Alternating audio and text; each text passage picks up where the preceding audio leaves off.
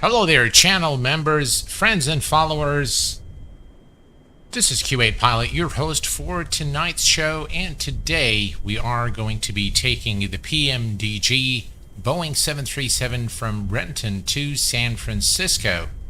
This Payware Airport by Djurevsky, I hope I said it correctly, is, in my view, the very best Payware airport available for Microsoft Flight Simulator to date.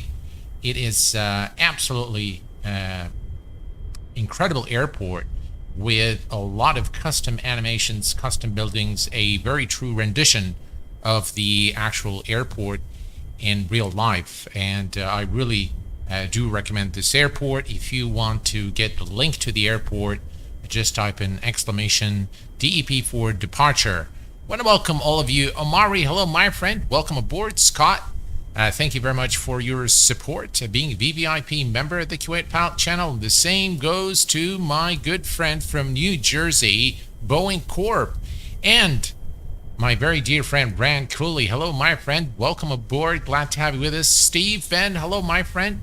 Welcome aboard. Glad you like the tunes. Sean, hello, my friend. Welcome aboard. Night at night. Welcome aboard. And thank you for your kind comment. And we have Aspite from Italy. Welcome. Jay, what are your X-Plane 11 settings? The settings are published in my Discord. You can find them there. Paul, hello, my friend. Welcome aboard from Connecticut, USA. Hello, Paul. Welcome aboard. Duncan, hello, my friend. Good to see you here with us on stream. And it is definitely a brilliant aircraft. And we have also Alberto from Sydney, Australia. Hello, my friend. Welcome aboard. Glad to have you with us. Wet Bowls Productions. Hello, my friend. Welcome aboard. Steve 1927. Glad to have you with us tonight. Alex Van de Pas. Good evening to you. Oh, from the Netherlands. Beautiful country. Glad to have you with us today. Ricky, welcome aboard. Mertoya, welcome aboard, and thank you for your continued support being a VVIP member of the Q8 Pilot channel. And the same goes to you, Steve, my friend. Billy, welcome aboard, and Red Thread, welcome everybody. Glad to have you. And before we begin our flight today, I'd like to take you guys for a short tour around this airport. By the way, there is a special spot for PMDG. Oops. In this scenery here, as you can see. Ooh, come on. You can see the PMDG logo and the PMDG flags there. So PMDG parking only. So it's a nice addition there for PMDG, and you can see all the Boeing aircraft in the making here, including this Fly Dubai aircraft. Really nice airport with lots to see, and you could literally spend a couple of minutes at every building to just really appreciate the nice texturing, and you can definitely spend a little more time at the actual Beoing Factory. I'm sure you've seen this maybe in other videos and streams, but if you haven't, here is a chance to take a look at this really incredible Payware airport. Lots and lots of animations here, as you can see. You've got all these little trains moving along, and you'll see them actually transporting fuselage and wings and things like that. You can see some items. Actually, everything here moves, and if we go inside the factory here, this is where it all happens. Benny, thank you very much for your support, a VVIP member for 13 months, and Duncan for 17 months. Excuse me, my voice is not very well today. Ryan, hello, my friend. Welcome aboard. This scenery is just really outstanding. Look at that. Nice sounds as well.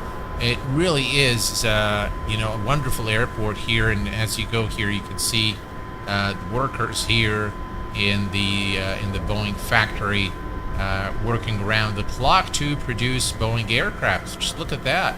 And here's the lineup of aircraft again. Really nice airport. Highly recommend it. Again, so I picked this airport today for our flight today aboard the PMDG 737. And as you can see, this is a really nice, nice spot here for this beautiful aircraft, and it remains to be the top aircraft in my view for Microsoft Flight Simulator to date. The #1 position, of course, has been awarded to this aircraft in my top 10 list of payware aircraft for Microsoft Flight Simulator. We do have FS Realistic in working today, so we are going to be flying and also checking out all the effects. Ricky, hello, my friend. Welcome aboard. Glad to have you with us. And Michael, welcome aboard. Greetings from Kuwait on VATSIM network. No, unfortunately not. We're not going to be doing VATSIM today. But hopefully very soon I will be doing all my flights on the IVAO network. And maybe every now and then we'll do a Pilot Edge flight. So here's what we're going to be doing today. We are going to be going to the overhead panel. And we're going to turn on the battery master on. And we're going to bring up control. Let's go to the PMDG FS actions. And what we're going to do is we're going to go to ground services, and we're going to make sure the ground power unit is connected.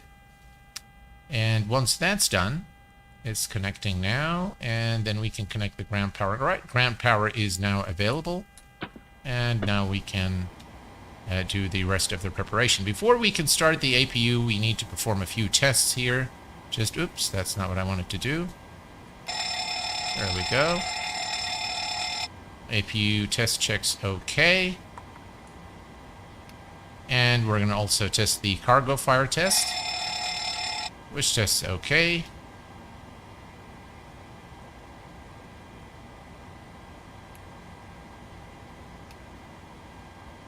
Perfect. All right. We'll cancel the master caution and move over to the overhead panel. Here we're going to test the Mach speed warning test 1 and 2. Still warning for some reason. I think it needs APU power. We're going to go ahead and set the ADIRS to nav mode. I really like the sounds on the PMDG 737.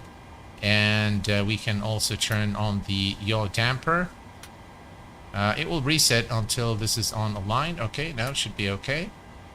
All right, and left fuel pump, left after fuel pump is turned on. This is mainly for the APU.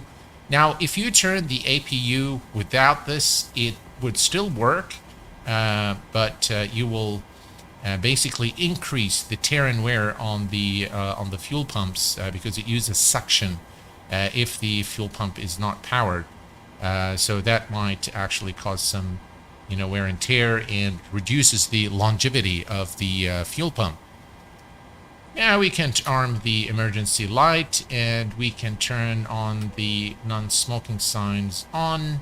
Everything else here, window heat, can turned on. We're going to turn on the hydraulic pumps as well, and we're going to put the packs on auto, and recirc fan is on auto. That's fine. Today we are going to be cruising at a final cruise altitude of 37,000 feet, so we're going to go ahead and set that. We're going to make sure the light is on steady, which it is, and we are done with the preparation, if you will, flight deck pre-flight check, if you will. Okay, we can now go to the MCDU. We can cancel this message here. We can, by the way, test all the lights here as well. And you can see all the lights here working fine. Perfect. Cancel the master caution again. And let's head over to the FMC. Perfect. The first thing we're going to do, actually what I'm going to do today, is we are going to go to the FMC directly, and we are going to go to position in it. We're going to enter our airport, which is Kilo Romeo November Tango, and put it there. And we are going to go to the next page and grab the GPS position. Select it here, and then go to the route, and we're going to request the plan. Let's see here. All right, I know what that is. All right, here we go. And we can select this one here, the Kilo Romeo November Tango to Kilo Sierra Foxtrot Oscar. And we are going to select that and request this plan. And it should populate everything. And we are going to use the payload information that comes with our SimBrief flight plan. Soarin Aviation, welcome aboard. Q8 in the 737, that's a rare sight these days. Badger, welcome aboard. Glad to have you with us. It's a bit warm in the UK. Oh, is it?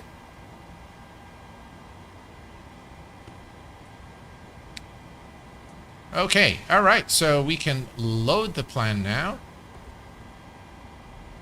And the only thing we need to do, I'll bring up the...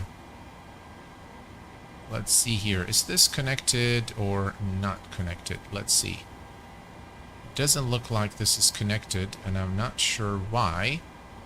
All right, let me just check one thing real quick. You know what? Let me just start this again. And let's see. All right, should start now. All right. So now we have the route data uplink. We're going to activate that and execute it. And now if we go to the performance page, we can again request the performance. So we are going to go ahead and do that. Request. And it should populate all the data for us as well.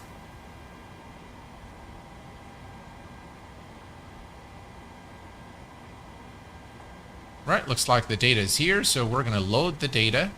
And we have 36,000 feet. All the data here is good. All looks good. So we're going to go ahead and execute that. We have all the temperatures, reserves. All the data actually comes from the SimBrief plan, which is pretty cool. All right. Our flight plan now. Simulator. Am I getting the data? Ah, okay. I see what's going on here. All right, let me start FSU IPC, and that's for my EVLASoft to work.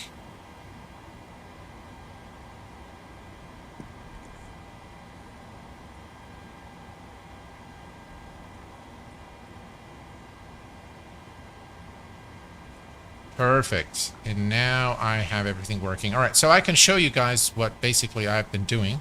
So I've programmed one of the buttons so that I can show you this directly on the screen. So now you can see basically on the screen Renton Municipal, and this is EVLASoft EFB version 2. As you can see, we are positioned at the PMDG spot there. We're going to be departing today runway 34, and if we click on the departure, we don't have a SID today. We are just going to be simply departing runway 34, and we're going to fly direct to the next waypoint. So nothing really much in terms of our departure. We're just going to fly direct. I'll show you the flight plan here as well. So this is our flight plan. We're going to fly direct to Juliet Alpha Mike Mike, and then direct to Echo Lima Mike Alpha Alpha, then to Famuk, then to Perfleet Finer, and Melbourne is the transition, and then into the Star, into San Francisco. It's the Bidiga 3. And if we look here at our arrival information, let me select arrival. All right. And I'm not sure if you guys can see the, let me just bring this up. Yeah. So the arrival information, as you can see here, the final, the SIPN fix there, we need to be at 3,000 to intercept the localizer, and then 1,800 feet at this point, which is Axmal, about 7.4 DME from India Golf Whiskey Quebec, And then, of course, we're going to be performing an ILS approach. So the ILS frequency is 111.7 and the approach course is 284. Perfect. All right. So let me just remove that now. And we are good. Perfect. Patrick, hello, my friend. Welcome aboard. Looking forward to seeing you arrive in my local airport. By the way, the arrival is pronounced is it Bodiga? Bodiga or Bodiga? Steve, the program is EvlaSoft. You can check it out at evlasoft.com. Really brilliant program. I really like it a lot. And very, very useful. Bodega. Okay. Bodega. Or Bodega. Okay. All right, cool.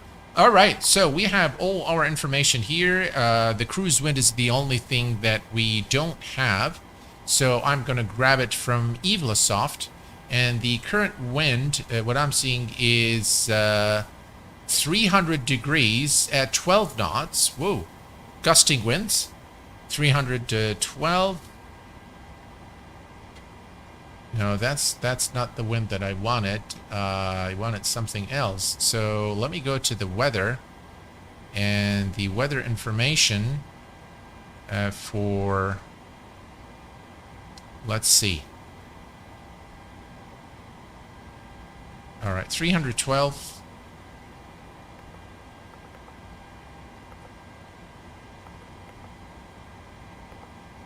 And N1 limit, we can derate the takeoff and then go to takeoff. We're going to select flaps 5 for our departure. And we can also select the trim 6.18. And why are we not getting our V1s and V2s? Ah, V1 off.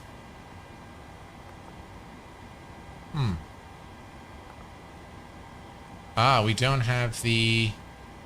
Didn't we select the departure? Alright, so let's select our departure.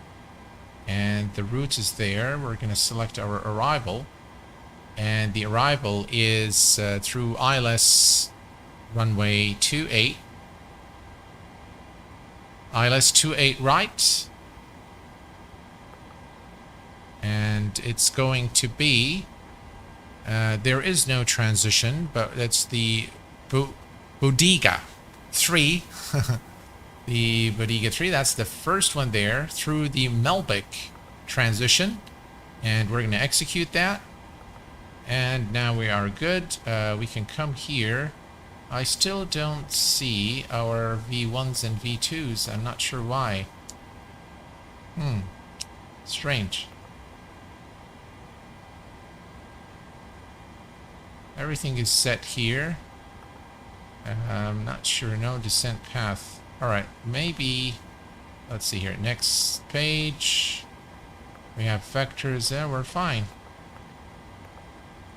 Not really sure is what the problem is. We can request the winds as well. But I'm not sure why we're not getting our V1 speeds. They should populate automatically. That's exactly right. But for some reason, they're not coming. And we're just going to load our the wind information.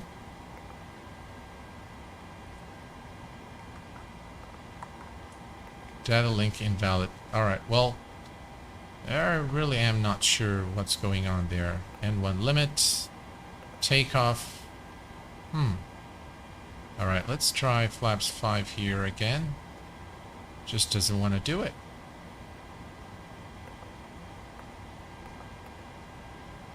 Why is that?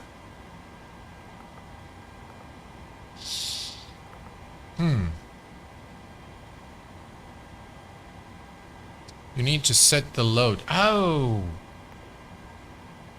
The load is already set though. The load is already set. So I'm not sure why it's not giving us what we are looking for. Alright, if we go to FS Actions, go to Fuel. Is that why this is? can't be. All right, so we can select the, no, we have the correct fuel, and but maybe not correct the correct, yeah, we have everything here set correctly. So I'm not sure why we are not getting the takeoff. All right, here's what we're going to do. We're going to say 134, 134, and 147. All right, that's just, you know, in the interest of time. I'm not sure why it's not giving us fuel and packs set. Yeah, both fuel and packs are set. We go to the init here. As you can see, we have the 0 fuel set. And yeah, everything is set. We can request this again. But everything is actually set. All right, let's go ahead and fire up the APU. Right, APU is now turning on. And we can say here load. And execute. Unable 280, okay, that's fine. Execute again. And let's go to our legs page. Next, all right, so this is looks like 280, this one. So we're going to change this from 260. So 260 slash, and we're going to add it here. Right there. Why is it an invalid entry? Alright, let's say 250. Why is it doing all sorts of strange things today?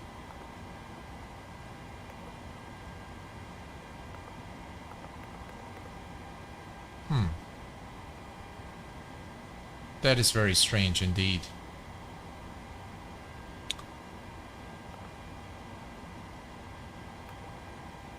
Alright, let's return, and we're going to go back to the FMC.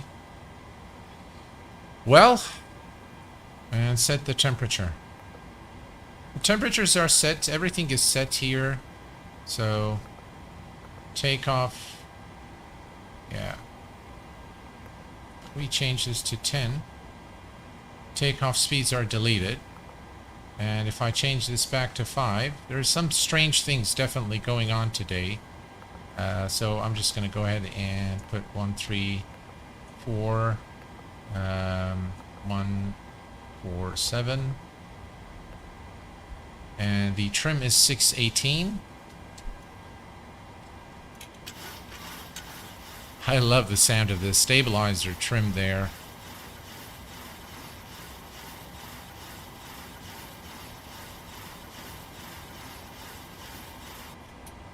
Alright, I think a little more.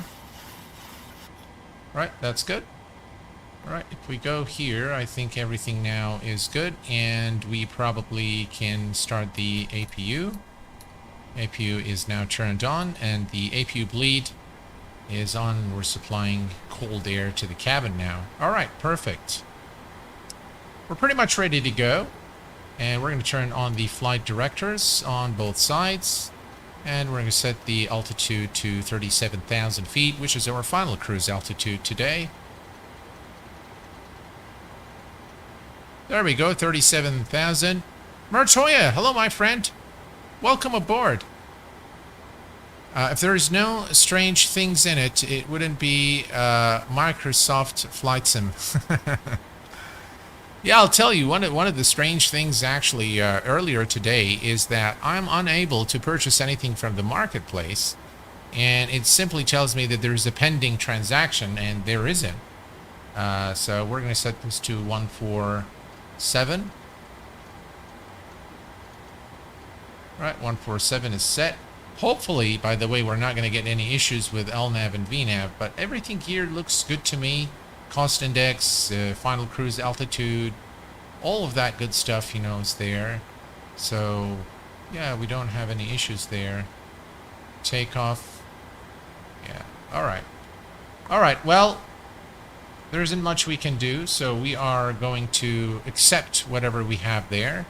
And this goes to rejected takeoff, and we are ready now for engine start. Let's go ahead and turn on the fuel pumps and make sure the beacon lights are on. Anti-collision is on. We're going to set the packs to the off position, and we are now ready to start the engines. Now we're going to deliver this aircraft, this Boeing delivery aircraft. Some PMDG officials are flying to San Francisco, so we're going to take them there, and I'm the designated PMDG pilot taking the official PMDG delegates to San Francisco this evening. David, hello my friend, welcome aboard. Good evening to you. I'm doing very well.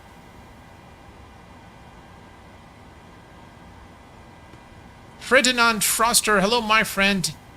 You are just in time for our engine start, so you are not late, my friend. You're just in time for engine start and departure. All right, let's go ahead and start the engine number 2.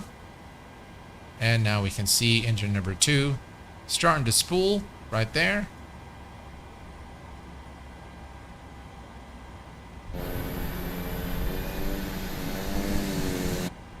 Alright, let's close the aircraft doors. Alright, let's come over here to the menu. And we're going to go to FS Actions. We're going to go to the ground services. We can release the ground power. And we're going to remove the chocks. Let's make sure parking brake is set. And we're going to return and go to the doors. And let's see. Looks like it's going to close the doors automatically now. Perfect.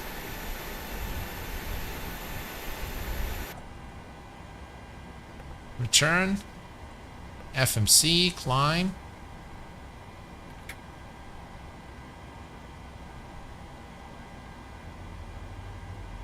And there we have it. Engine number 2 is now starting.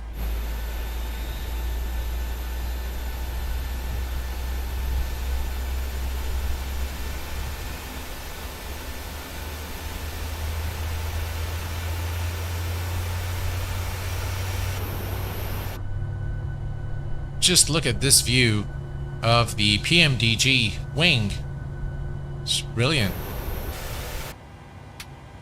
Okay, we have a good start on engine number 2. We're going to start engine number 1.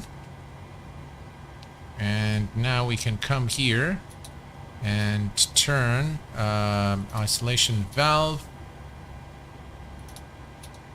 There we go. Packs are on. All right, and engine number 1 is now spooling. We can give it fuel. And now the second engine is coming to life as well. By the way, it looks like there's a lot of fuel in the aircraft. I don't think that we need this much fuel. And that is probably the reason why, we're getting some funny readings there. So we're flying very, very heavy. Alright, well, we can turn on both. Yeah, I'm just going to leave it. That's fine. We're going to turn on. We'll put this on continuous. I didn't really get the sim brief plan today for the fuel, but it looks like we have a lot of fuel in the aircraft and there's a mismatch, it looks like. Alright, taxi lights are on. Runway turn-off lights are on. And the APU can go off. APU bleed can go off. The packs can go to auto, and the isolation valve to auto, and everything else looks good here. We're going to turn on the wing lights as well, and we are, ladies and gentlemen, ready to go.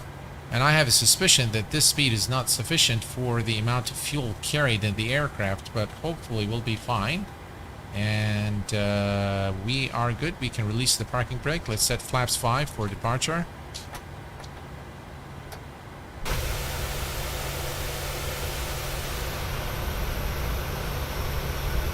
Just look at the flaps there. Better go toga on this takeoff. Yeah, that's exactly what I'm going to do.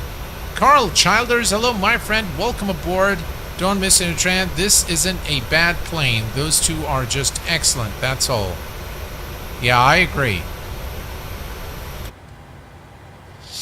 All right, let's set our transponder to TARA. 1, 2, 3, 4. 1, 3, 3, 4. Yeah, I will change that one. All right, so we are ready to go, and parking brake is released, and let's go.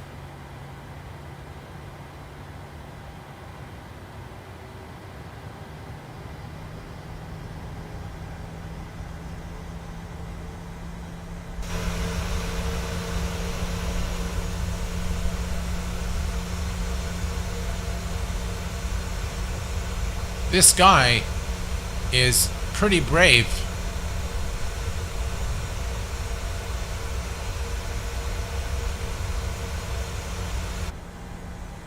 All right, that's runway 34.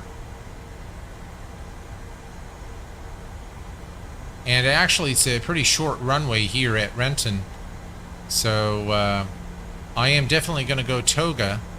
Let's go ahead and turn on the auto throttle.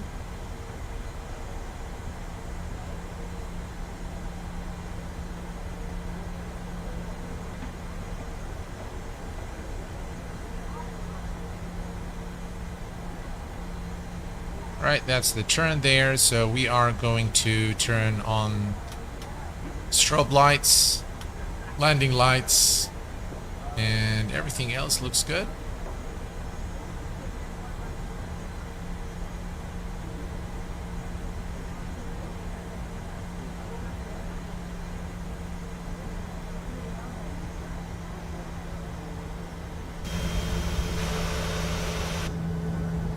Just look at that view, folks. That's just beautiful.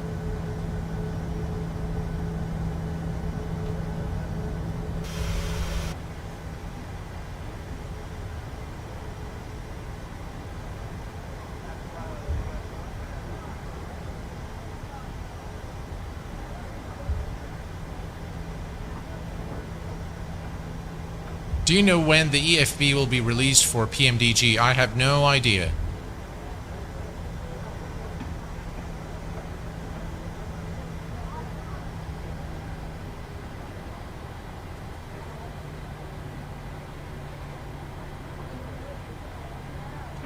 Alright, visibility is not very good, and we are probably flying a bit heavy.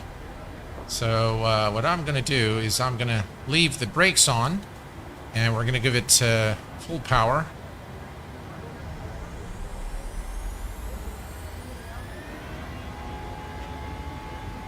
And let's go.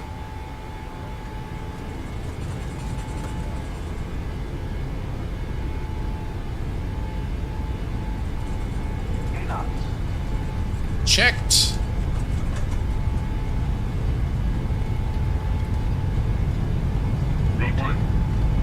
All right, and rotate. Positive rate of climb. Gears going up.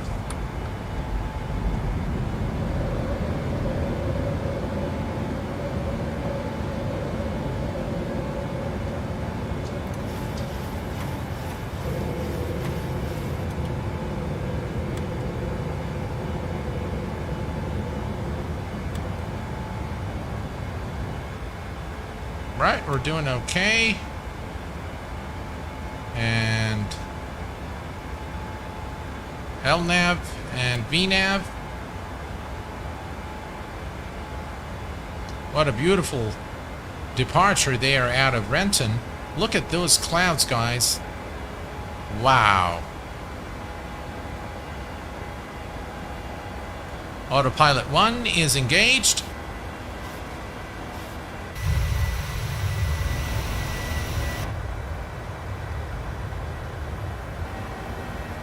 Just look at that scene.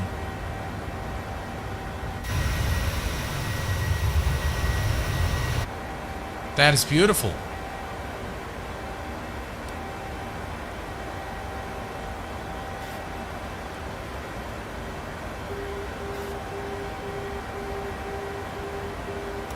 Right.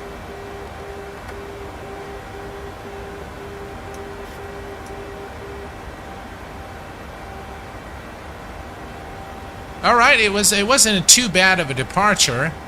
Hamid, hello, my friend. Welcome aboard. I know I'm late, but they never too late for breathtaking views. Absolutely, absolutely. Jeff, hello, my friends too. Welcome aboard, my friend. Glad to have you. The Honda Jet is new and is pretty neat. Absolutely, Carl. I love the Honda Jet.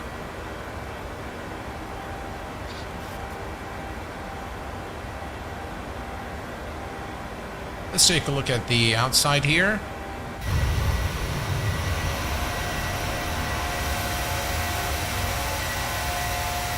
Just look at that.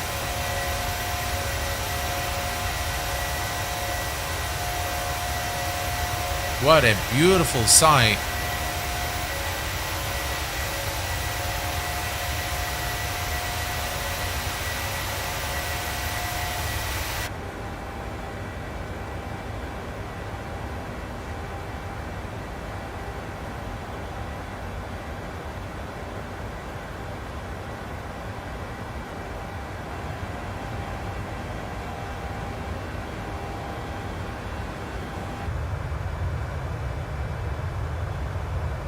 Check that wing flex. Pretty neat, huh?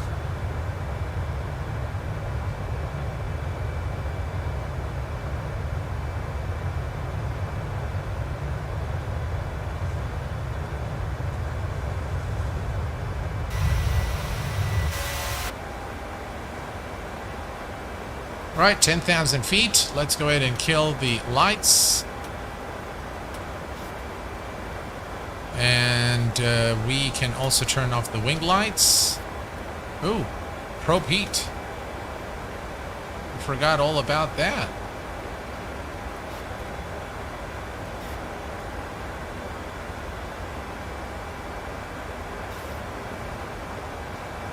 You can see the what FS Realistic is doing again. You can see the movement, the G-force movement of the aircraft up and down, which is a nice addition in my view. And we continue our climb now to 37th. Captain Canada, welcome aboard, my friend. Great Sea Life, hope you're doing well. I'm doing absolutely great. Guys, give it up for Captain Canada. Of course, he needs no introduction. And please do visit his channel. He's got some excellent content, creating one of the best, in fact, for live streams. I really enjoy your content, Captain Canada. Some of the best streams. I love your real-world operations series that you've been doing. Fully loaded flights, full ATC, VATSIM, Pilot Edge, you name it. Captain Canada is the man.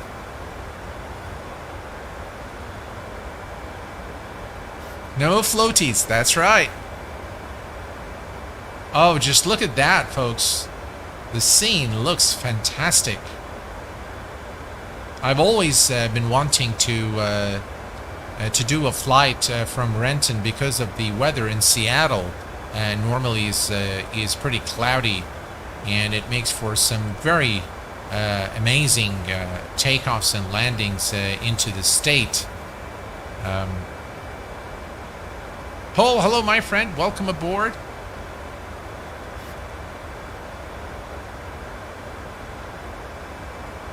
Thank you very much, Rand. Captain Canada will deliver. That's for sure. I absolutely enjoy his streams, and he's a fine folk, a real gentleman. So, yeah, guys, if you're not subscribed, please. Go ahead and show some love for our captain. And by the way, Captain Canada also is an official INI Builds partner. Alright, barrel reference sets to standard.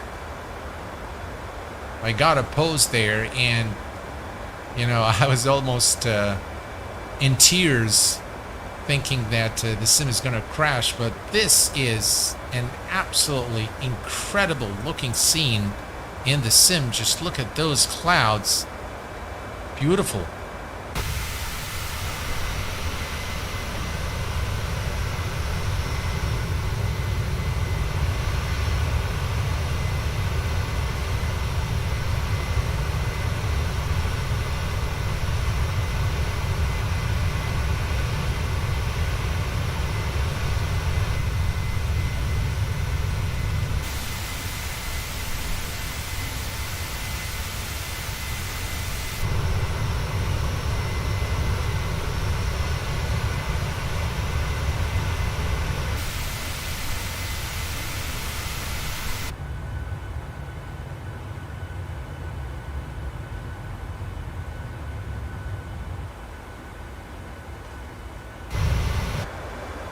Wow, that's just truly amazing.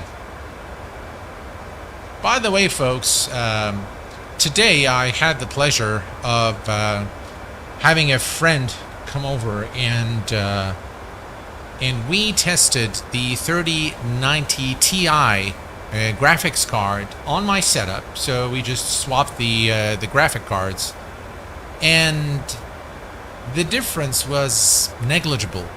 So maybe it got probably 2-3 frames more than what I'm getting now based on our tests. So definitely I'm not going to be upgrading anytime soon.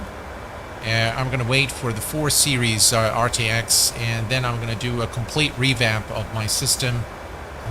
New RAM, new M.2 cards, and just all brand new stuff.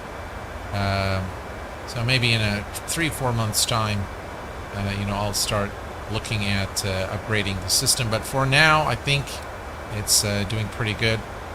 Let's bring the terrain window there.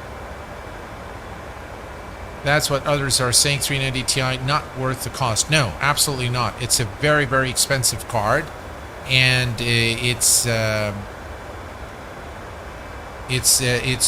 doesn't really outperform the 3090 by a large margin. So if you already have a 3090, I would stick to it, and just keep it until the 4 Series cards are out and tested, benchmarked. Then we can start talking about the 3090. Always a pleasure having you, Captain Canada, in the stream, and it's an equal pleasure watching your streams always. The 3080 Ti is just as good. Yes, I agree. Wow, look at those clouds. That's one of the things that really draws me, to Microsoft Flight Simulator is the eye candy. It looks fantastic, and I think a lot of people have started making this switch, including, by the way, if you look at Flight Deck to Sim, V1, I think they're doing more Microsoft Flight Simulator streams now than X-Plane. Things have been very quiet on the X-Plane front. The reason, of course, being the fact that everyone is really holding their breath in anticipation for X-Plane 12, and until then, I think everyone is pretty much turning the eye to Microsoft Flight Simulator. V1 said he's done with X-Plane 11. Yep, I heard him on stream saying that. But he also said, I think, that he's still excited about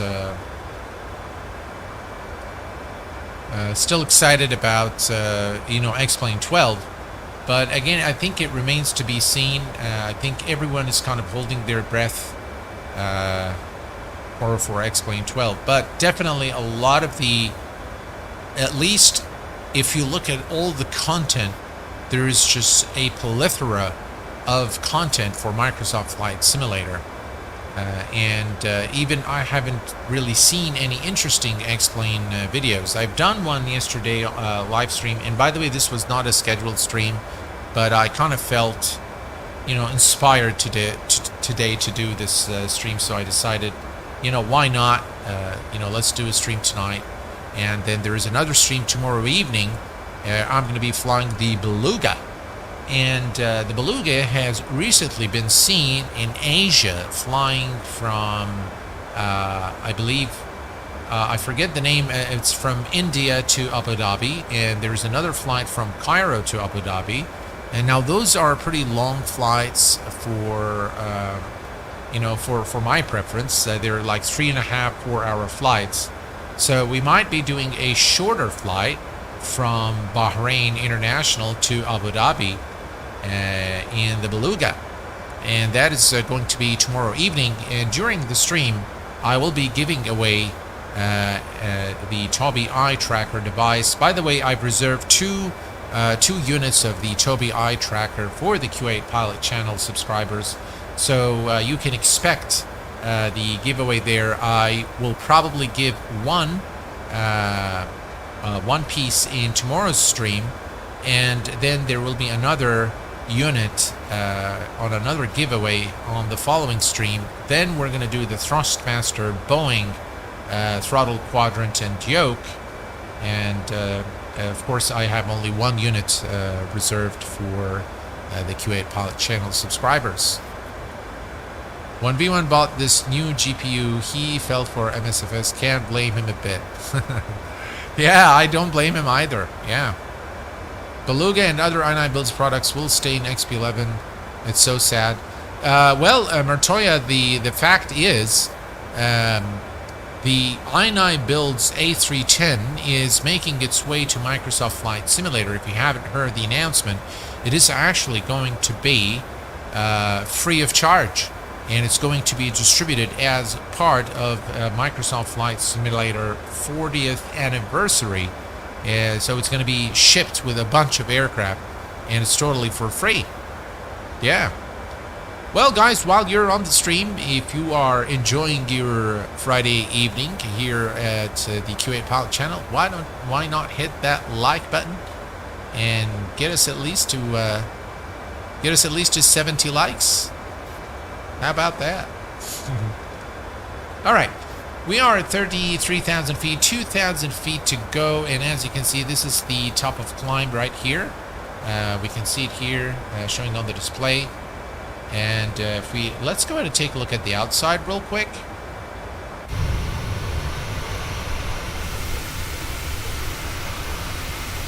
Beautiful.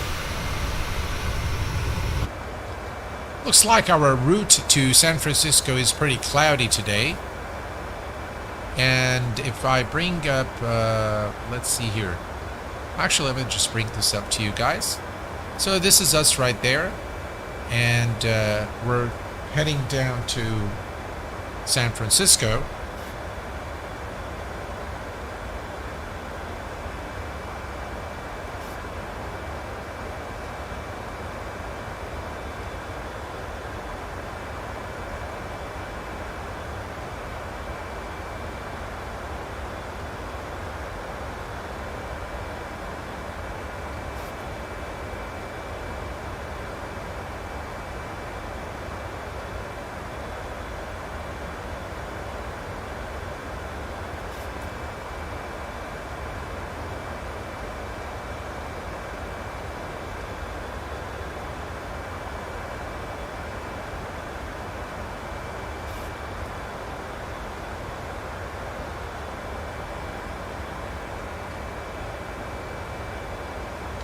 All right, sorry about that. I received a phone call I had to take, so apologize. So you can see here we are on our way to San Francisco, and that's San Francisco right there. If we look here, distance remaining is 564. 118 to Famek.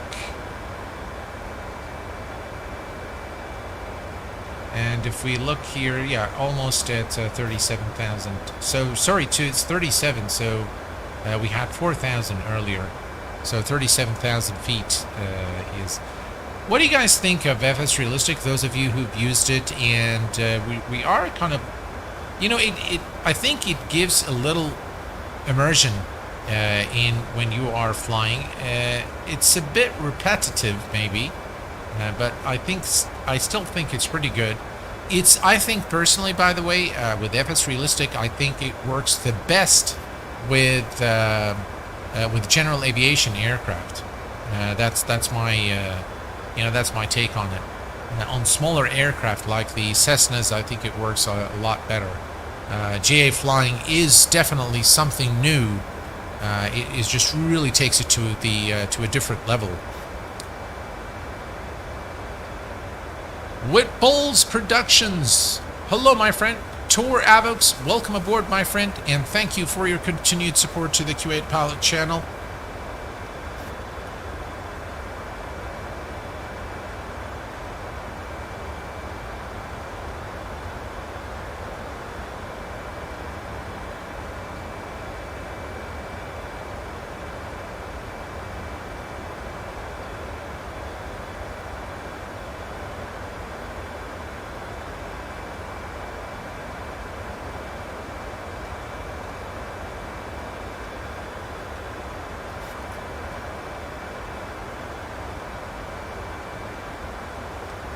Carl says I don't like it for airliners. Well, I think I probably tend to agree with you. It's too repetitive, as you can see here. Um, it's not bad, but it's not as good as general aviation aircraft in my view. So it works a lot better with GA aircraft. Sammy, hello, my friend. Welcome aboard. Which one would you recommend between the Tobii Eye Tracker versus Track IR? Well, here's the thing. Tobii Eye Tracker offers a great alternative to Track IR simply because you don't really have to wear the hat. And I hate wearing a hat with that little piece of metal there. I normally stick it on either a hat or on my headset if I am, for example, live streaming back in the days when I used to use Track IR. So Tobii Eye Tracker follows the eye movement, which is a great alternative.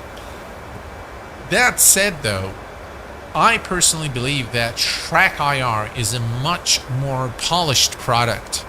It works very well, and you have a more freedom in terms of movement with the Track IR. Some things you can't really do. In terms, by the way, of the movement, actual movement, you have it. They're exactly the same, but you have more freedom with Track IR, and Track IR is supported by more games. So it works with P3D, with X-Plane, with DCS, with Microsoft Flight Simulator. Tobii Eye Tracker works with P3D, but it's a real pain to set it up. It works with DCS, but again, a pain to set up. So in my view, Steve says my kids laugh at me using Track IR. Yeah, you kind of look kind of a little strange, yeah. So let me put it this way. I've used the Tobii Eye Tracker for Microsoft Flight Simulator for quite some time, and I do like it. I think it offers something new. If you don't want to use, it's even when I'm not recording. When I'm not recording and I'm not live streaming, you can just really enjoy the movement. And Microsoft Flight Simulator is suited for that kind of stuff because of its beautiful scenery. But Track IR is much more polished, better support for games, a lot more freedom in terms of the movement, both horizontally and vertically, forward, backward.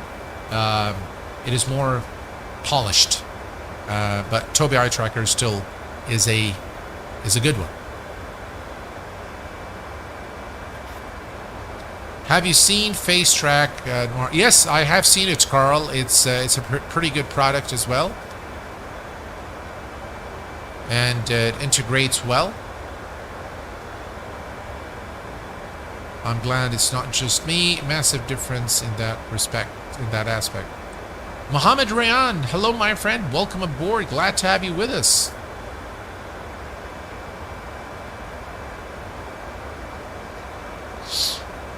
All right, let's take a look at our flight plan real quick. All right, so we are at, if we go right there, 399 nautical miles for top of descent. That's quite a bit. Yeah, I never thought that this flight was actually this long. But I tell you, I don't mind it because the scenery, is the clouds, those scenes are really nice scenes. So I don't really mind, the long flight. And, it's Friday evening. Tomorrow is a holiday. So nothing really keeping us from doing a long stream today.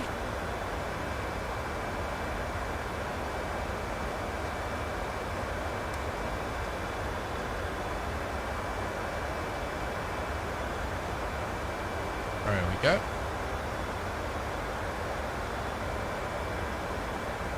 Just look at those clouds. Beautiful.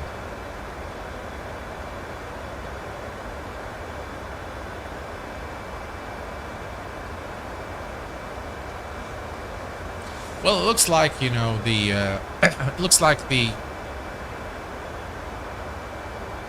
Right, so this is our... If we look here now, KRNT, so 514, about 1 hour and 14 minutes. And if we go to...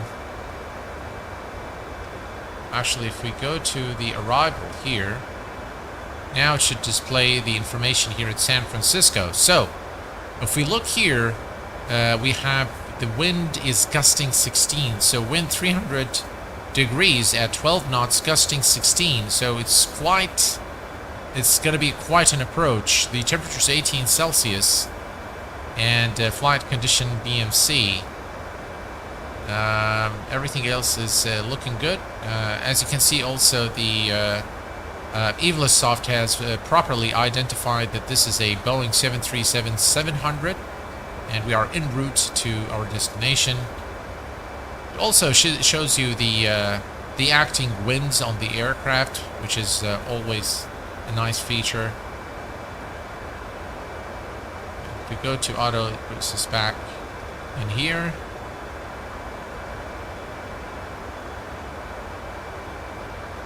So that is all the distance remaining, and I think in some time in due course it will show us the TOD. I think we're still too far from the top of descent.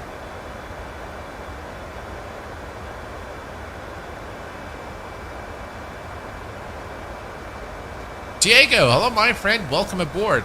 Do you use Track IR? I have used Track IR for a long time. I am not using any kind of IR tracking or eye tracking or anything right now.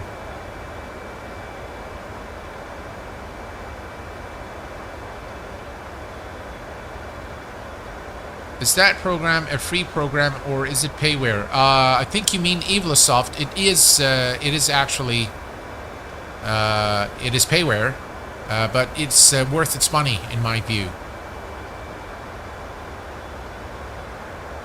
How is the weather by you? Boeing Corp, if you mean the weather in Kuwait, it is torching hot, and we had a very hot day today, about 52, 53 Celsius in Kuwait, so very, very hot, and you just stay inside and, you know, just the warmth of the family keeps you going.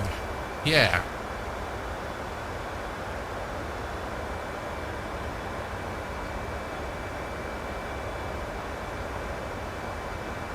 Yeah, 52 Celsius. I thought 38 was bad. No, 38 is perfectly fine. 38 is cool weather. Yeah. 38, we'd be playing soccer outside. Yeah, 52 Celsius, that's in June. Now, in August, July and August are the hottest 2 months in Kuwait. It reaches approximately 57, 56, between 55 and 57 Celsius. It is very, very hot. In fact, we did an experiment once, a buddy of mine and I, and we actually cooked an egg on the street. It was that hot because the asphalt gets so hot, and we wanted to see if we could actually cook an egg, and we were actually successful.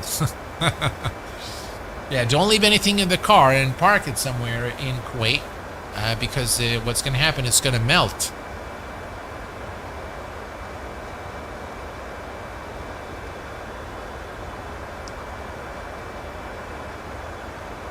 We didn't eat it.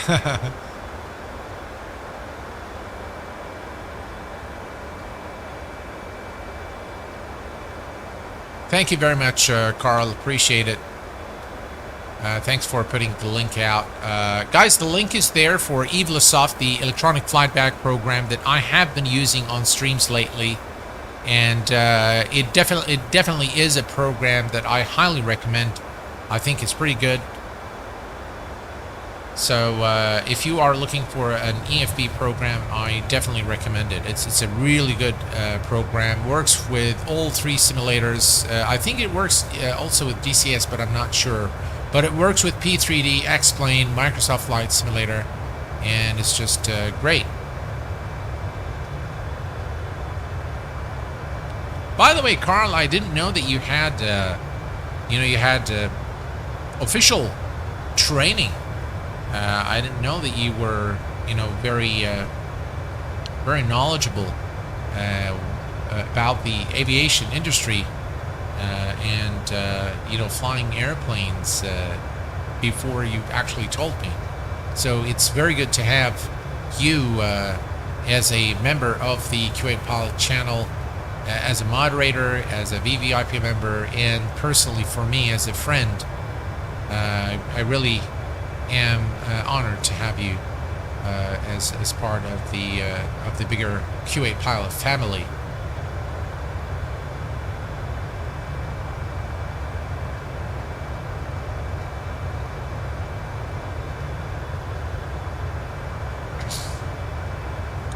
Right, so we continue our flight, folks, and all is looking good.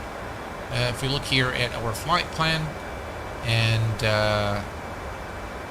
36,000 feet, all is looking good. Let's take a look here at the overhead panel, make sure everything is okay, which it is. And do the regular scan, and no issues here to report. We can always go back to the cabin. Not sure if we can. No, you can't go. Man, look at the resolution of the certificate here. That's really cool.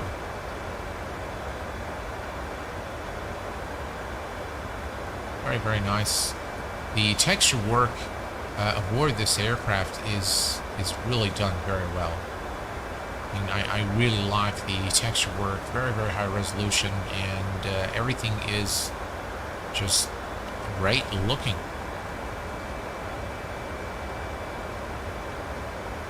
By the way, if FS Realistic is bothering you guys, we can always turn it off. But the landing effect, the touchdown effect, is pretty cool. So, but yeah, if we look here at top of descent, 339 nautical miles.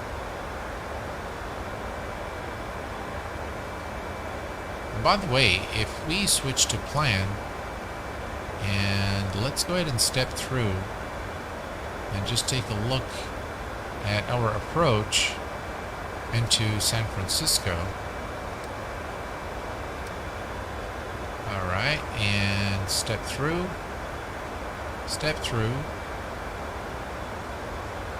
It's going to be an interesting approach. So it's actually, there is a vector to final.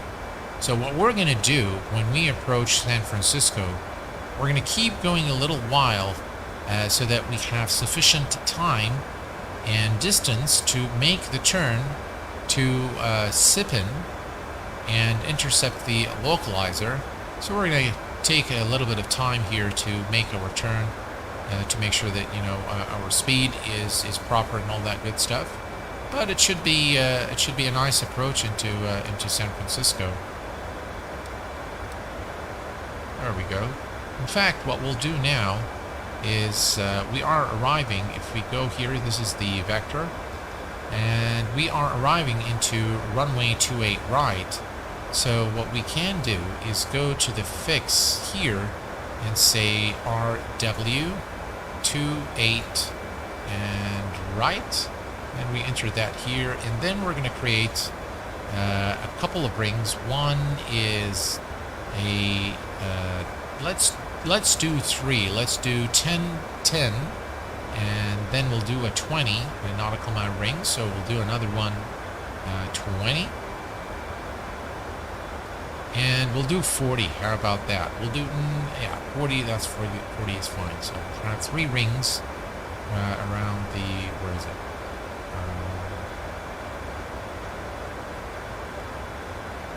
Let's do 30. Valve entry. I think it doesn't like that number. Alright.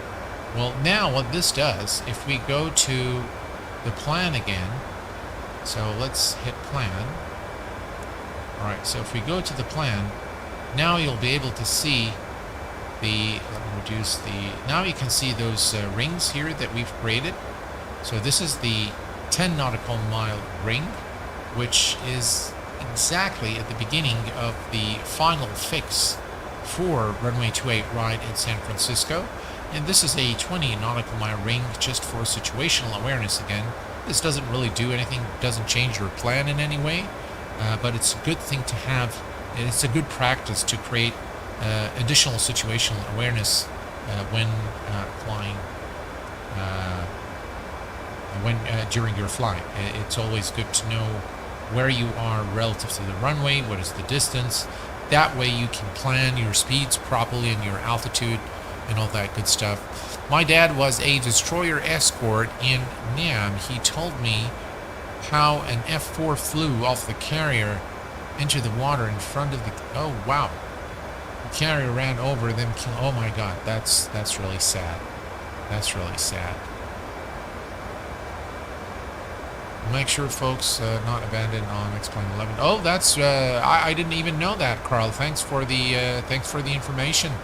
Appreciate it very much. All right, so we'll take this back to map. All right, map is there, and we are good. 3 sets our view. Let's take a look at the on-site, folks. And again, a very cloudy flight today. And by the way, I like the PMDG livery. I think it looks pretty good. And I was fortunate enough to have been provided with a livery for SimToolkit Pro, my most favorite flight planning and electronic flight bag. And what I'm going to be doing in the coming days is we are going to be doing a flight to recognize the effort of SimToolkit Pro, or the developer of SimToolkit Pro, Dan, who has made massive contributions to the flight sim community. So stay tuned for that, and there is going to be a special gift from the QA Pilot channel to the channel subscribers on that stream. So make sure that you are tuned in, and I will probably be posting it on my Twitter account, the information about the flight and the gift that I'm going to be providing to the QA Pilot channel subscribers. That is a fantastic looking wing view there with the beautiful clouds.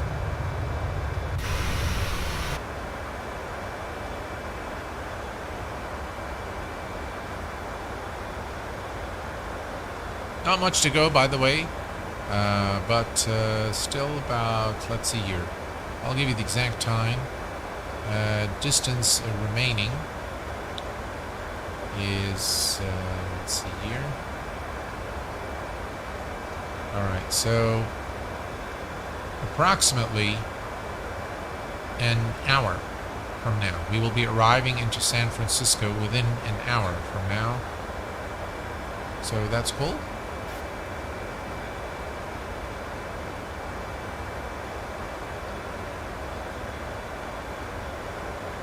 Mr. Eagle ITA, hello my friend, welcome aboard. Thank you very much for your kind words, Mr. Eagle, appreciate it. I can't remember the name of the first ship my dad was on, but the second on was the USS Miller, DA 1091. Cool.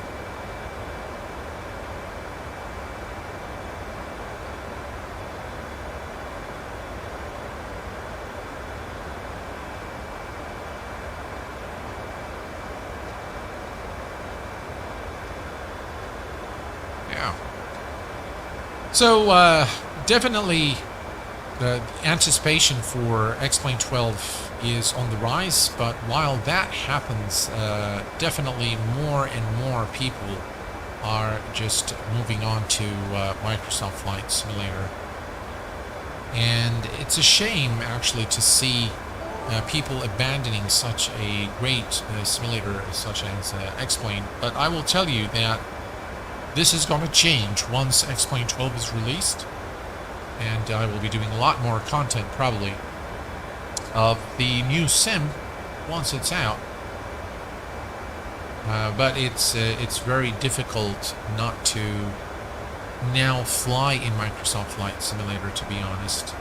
It's just great. It's just really the visuals are second to none. And with the introduction of PMDG, Phoenix, the Phoenix A320, and a lineup of excellent general aviation aircraft, I think the sim has come a long way. And by the way, with the World Update 10, they've done some fixes, and I can also report that the performance has improved significantly in after World Update 10 and all the fixes that Microsoft has brought into this last update.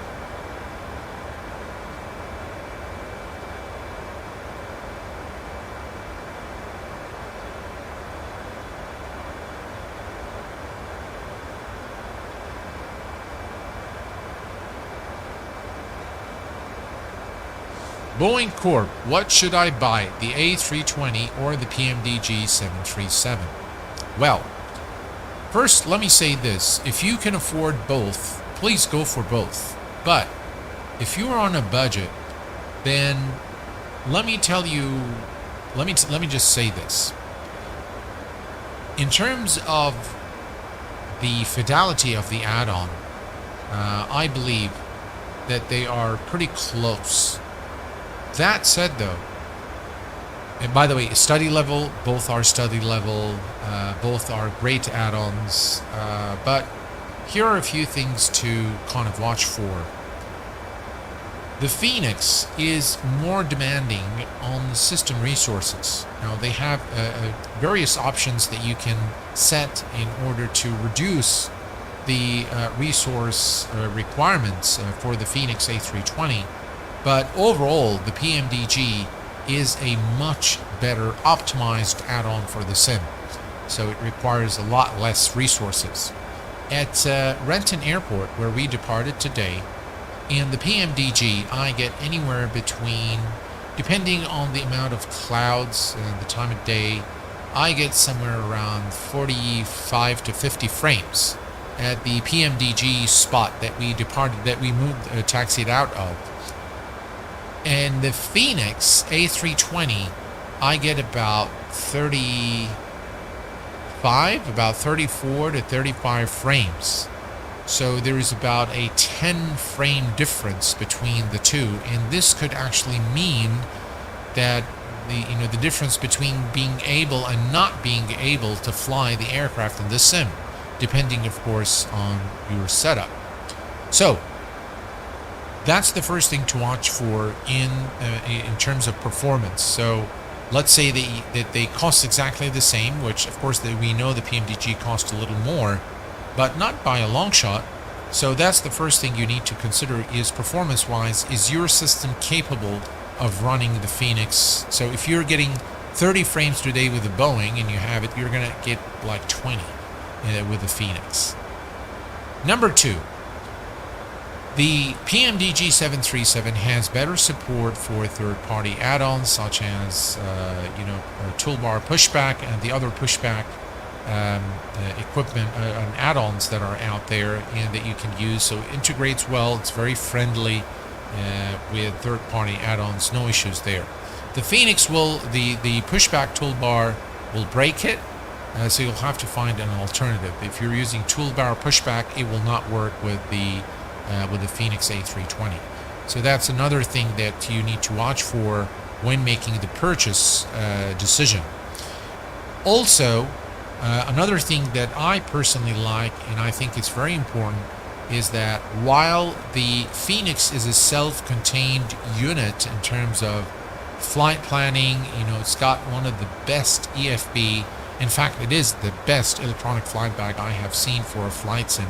There's nothing that comes close to their EFB with their integration and the support that they have there is excellent. That said, though, I like the fact that PMDG comes with the custom ground equipment, such as the fuel trucks, all kinds of trucks, for the different variants of the aircraft. So if you are flying the business jet variant of the PMDG, then you get a whole set of different options there which, in my view, counts for something because it gives you again some immersion there.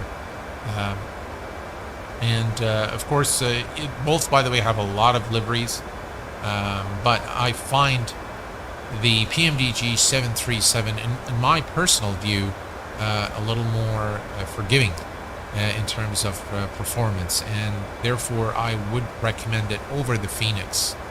In terms of the probably the fidelity or the depth of system simulation, I think it's pretty much a toss-up. Maybe the Phoenix has a slight edge over PMDG, but not by a long shot. So, so definitely, if performance, of course, is not an issue for you, then it becomes really a question of which one do you like more. Do you like the 737? Are you a Boeing person or are you an Airbus person? But I think both are great, to be very honest.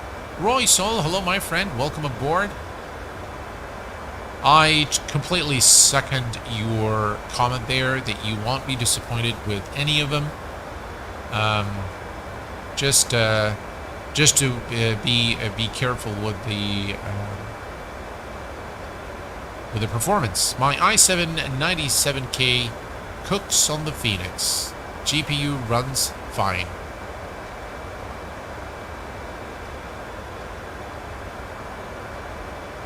Alrighty. Well, guys, while you're at it, if you can hit that like button, I would be very grateful. That is, of course, if you like the stream, and if you're not enjoying yourself, you can hit the dislike as well. Yeah, no worries there. Do what you like. All right, I think it's time for us to take a look at the outside a little bit here. So let's switch to external view. And you can see that the clouds that we've had is definitely subsiding. Not as much clouds here as we move towards, where are we flying right now? We are, let's see where we're flying. We are flying pretty close to an area called Illinois Valley Cave Junction. Illinois Valley and Cave Junction, that's where we are. Now, I'm very unfamiliar with this area, but Fort Jones VR is right ahead of us now, so that's where we are. And what is this here? Let me see. Is this an airport? No, it doesn't look like an airport. Yeah, so that's where we are right now. If anybody is familiar with the area, they can tell us a little more about it.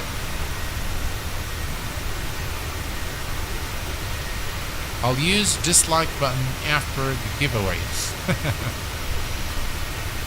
Who wouldn't like the stream? Well, thank you very much, Rand. That's very kind of you, sir.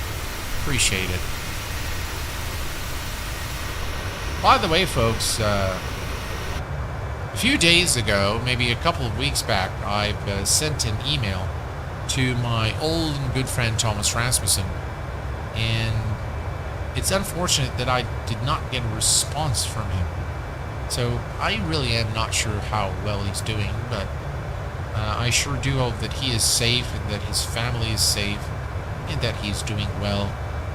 Check that wing flex. Beautiful. Beautiful. Again, I want to thank all of the channel members, especially those of you who've been, with the channel for a very long time. I do miss him too, Rand. Definitely, he was a great guy and great contributor to the Q8 to the flight sim community and to the Q8 pilot channel. By the way, he was one of the people that helped promote the channel when it first came out. I did we did a number of giveaways and competitions with Thomas. It was a lot of fun. I remember we did the livery competition, which was a lot of fun, and should be removed altogether. It's simple. If you don't enjoy the content, then move on to something else. Yep. And we did, of course, a lot of giveaways together. The Contact landing challenge is another one that we really enjoyed, Thomas and I. We had some really fun times, and it was definitely enjoyable. His by the way, his tutorials were really good. He was definitely an inspiration, and I just loved his voice. And when he said, "Greetings, folks, and how are you doing?" It was just really great. Definitely, he's definitely missed, and there are many who've left the scene. I was on one of the streams that one of Squirrel's streams the other day, and I'm glad to see that he's doing very well. And yeah, even Squirrel and Jeff Faviano, who were very excited about Microsoft Flight Simulator, haven't really been doing that much flight simulation content lately. And I think for the right reasons, and the reason being, of course, the rise of many content creators creating flight sim content. And yeah, I mean, if there is, when the time when Thomas and I were doing the content, there weren't that many good channels, I must say. But now there's a lot of content creators, and some are really excellent, really excellent. So there's people, I think folks are spoiled for choice, and there is a lot of content out there being created, and some of it is excellent, as I said, and that has really, I think, made a lot of the content creators, including myself, by the way, think about the kind of content that we want to create. And by the way, that is one of the reasons I started doing a lot more streams than videos, because I find the interactivity with you guys is very rewarding. Video production is very serious business, folks. It's not an easy thing to do, and it is very time consuming, editing the video and making sure everything's right, getting the sound quality, getting your transitions, and uploading the video. And then you're not done. Once you actually upload your video, then you have to optimize it and do all that good stuff. Thank you very much for your kind words. I'm most humbled, Rand. You're the king. Now, thank you very much, Rand. I really appreciate it. Thank you.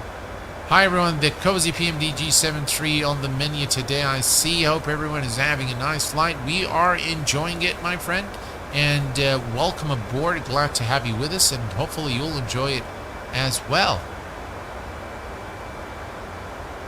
Yeah, production quality is very hard to achieve and maintain. And I will tell you one thing, folks, and I'll be very honest with you in what I'm about to say. When I started creating videos for YouTube to share with the community, it was mainly when I encountered issues. So when I encounter an issue, I go and research it and fiddle around with the sim, and then I discover a way to fix it.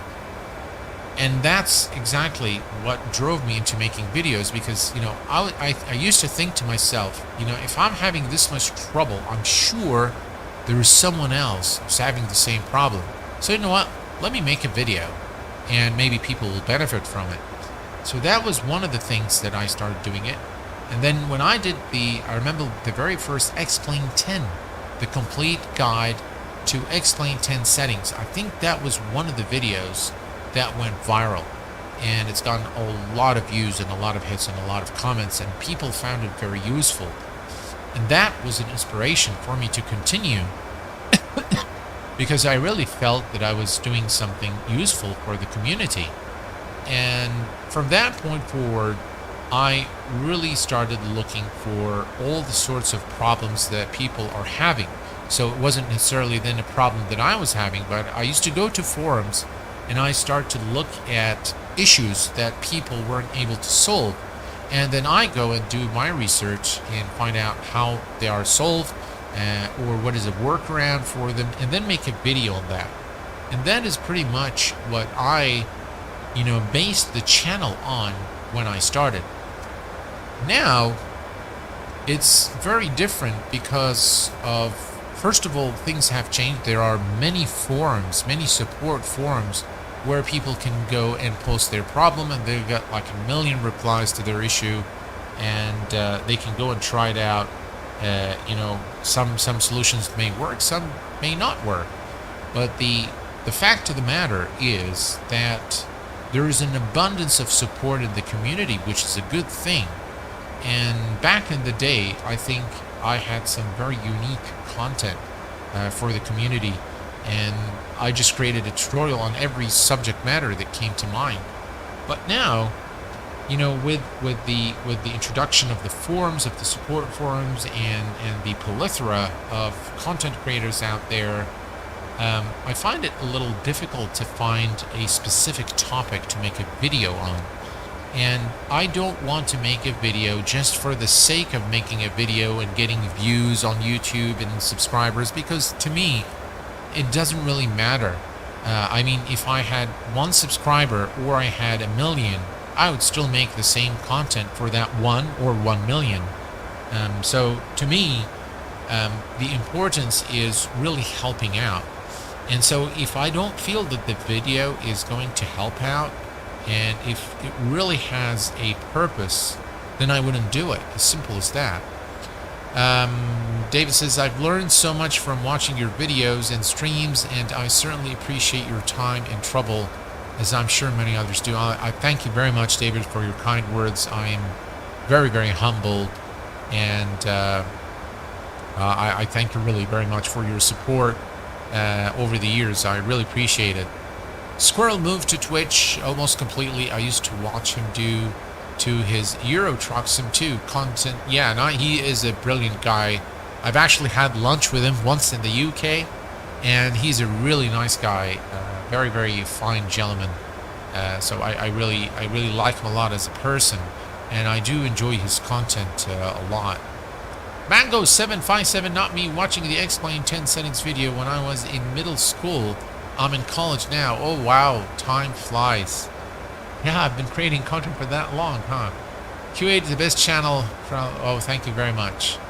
What do you think about John Fly's channel? Do you know him? I know John Fly. I've watched a few of his videos. Not a bad content creator. He's got some interesting streams and videos. I'm not sure why he doesn't have as much, as much following, but I think he's a nice enough guy. Yeah, I do like him. I do like him a lot.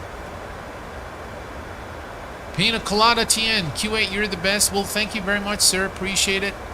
You can find Chance Trustman in this link. Oh yeah, his channel is still up and running, and yeah. So for those reasons, I think I moved more to the streaming format. Now with the streaming, one is I really enjoy the interaction with you guys. So I really like, I wish actually we could speak.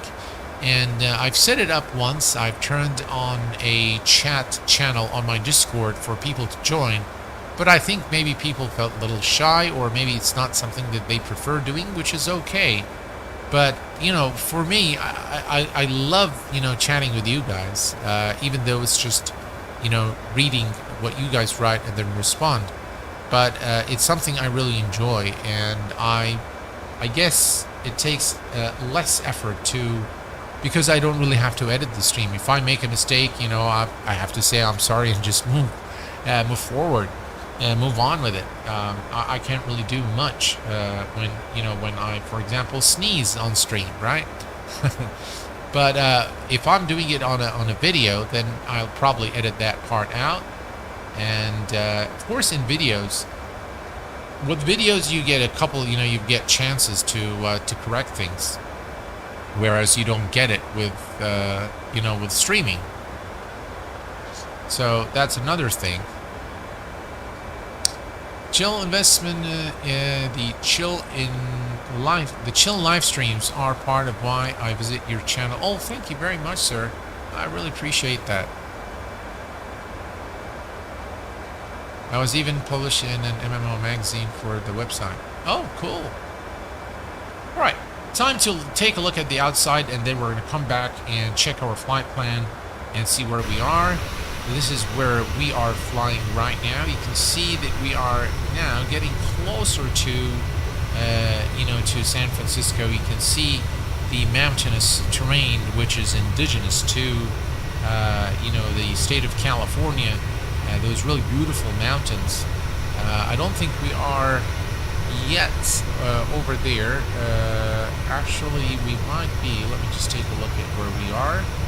We are actually flying. We're pretty close to California, to the state of California. We're not too far now. But yeah, I love the fact that, see, the U.S. is a continent on its own. Well, not in the technical sense, but what I like about the U.S. is there is all kinds of terrain, all kinds of weather. So if you're looking for cool weather, you can go to the maybe Pacific Northwest. Where you see the beautiful mountains of Alaska and the snow, and you can go to the south for warmer weather. You want more, there's every state has very unique weather and unique terrain, and I think it's just a blessing to be living in a country that has so much to offer in terms of nature. I don't know where you find the time. Yeah, I hardly watch normal vids anymore. I think live streams are more interesting due to the two-way communication. Absolutely, yeah. Now, the videos, I think the videos is reserved maybe for things like settings videos, tutorials, things like that. Maybe the video format is probably more suitable because you want to, and I try to keep them very short, and I've also shortened the time of my review videos of aircraft. I used to spend a lot of time on those, and I felt that it's best that those are kept very short. Just give you the nutshell.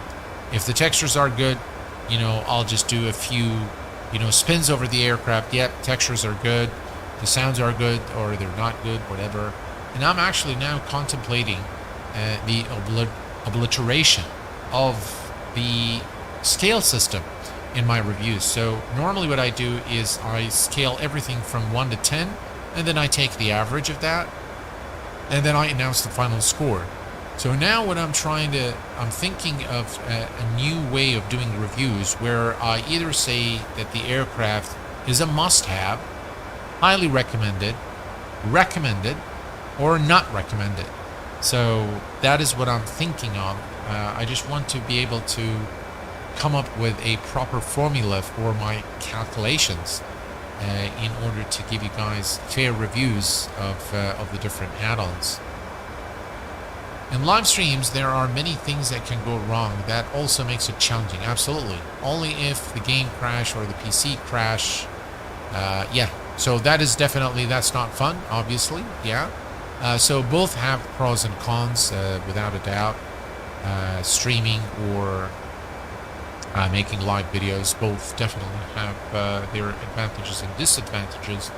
But I think the advantages of live streams outweighs the disadvantages because it's just really an interactive platform, and I just love the interaction with you guys.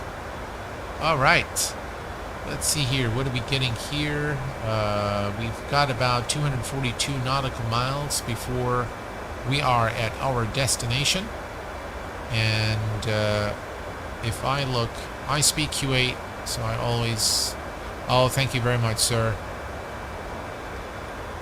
Rand, you've been just great support, man. You've been with me from the get-go. I think you've been with me from the time when I had like 500 subscribers, something like that.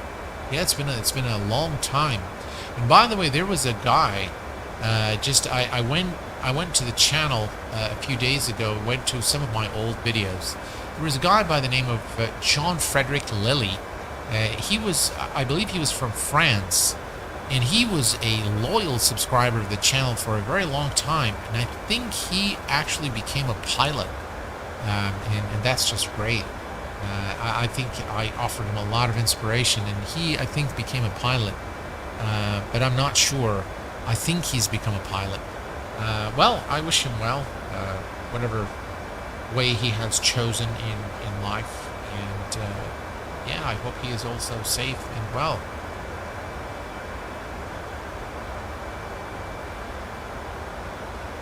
Yeah, Microsoft definitely, Microsoft Flight Simulator definitely brings reality to the live streams when it crashes. And yeah, let's see where we are. Okay, so if we look at our flight plan here, we are 111 nautical miles, so we're getting pretty close now to the top of descent.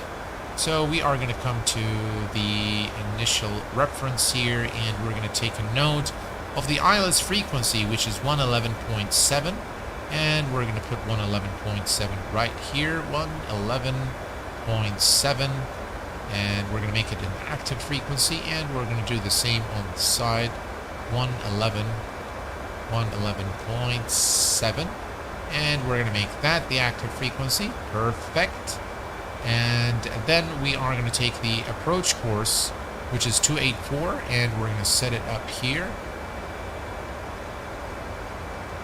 Right, 284 and 284 on this side as well. 284. All right, so that is now set, and the last thing we want to do is we want to set our flaps. So we're going to do flaps 30 today, and 138, and we're going to add 5 knots to that, so that's 143. So 30 and 143, 143, and enter that here, and we are all configured now. Let's go back and to our legs page, and it looks like the top descent is coming up pretty soon. In exactly 100 nautical miles, we will begin the descent towards San Francisco. So we're almost there. You can see the clouds have almost subsided completely. So let's take a look at the outside here with the wing view. Brilliant.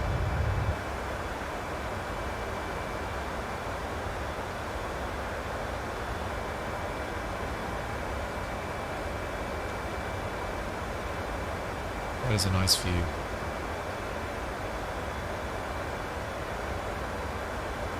Good news waiting for you at Discord DMQ8 Pilot. Check it out after the stream. I will definitely do that. Thank you very much. Bill Barrett. Hello, my friend. Welcome aboard. If you are an I9 Builds partner, do they expect you to feature more I9 Build stuff like airports and aircraft, etc.? Well, as an I9 Builds partner, you know, I get access to everything in the I9 Build store. It includes, of course, previews, betas. So the I9 Builds partner will be the first to receive anything new from I9 Builds. That's one. Of course, we are required as a partner to do some, you know, some promotion, of course, on the streams, and when a new product comes out, then we should probably do a video of that or a live stream and showcase it on the channel. And they are great. They're a great company. I think they have great products. The company itself is a very professional company, and I'm quite happy to represent them as an official partner and to showcase their products. They're a bunch of really fine gentlemen there at I9 Builds. By the way, they work very hard. They know what they're doing, and their attention to detail and quality is just second to none. Flying, you know, their aircraft is just an absolute joy. Master Caution, fuel. All right, why are you complaining about the fuel? All right, low pressure left fuel pump. All right, there we go. Let's turn that off. And actually, I'm going to go ahead and turn on the right pump as well.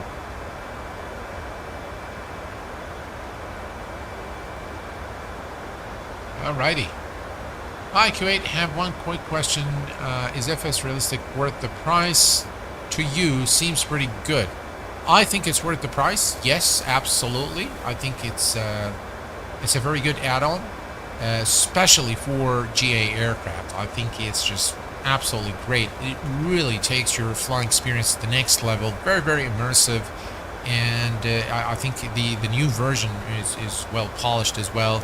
There are a few things, a few glitches, I think, that RK apps have made it very clear that they are aware of. You know, those are known issues and they're going to iron them out in the next update. But overall, it is just absolutely a great add-on. I think it's definitely worth the money. And it's definitely worth the €5 for the upgrade fee if you already have FS Realistic Core.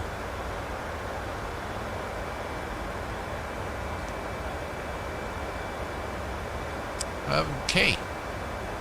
Let's take a quick look here. 73 nautical miles. And the approach altitude was 3,000 feet. No. Back to, yeah, 3,000. 3,000. So let's go ahead and reset the MCP altitude to 3,000 feet in preparation for our descent.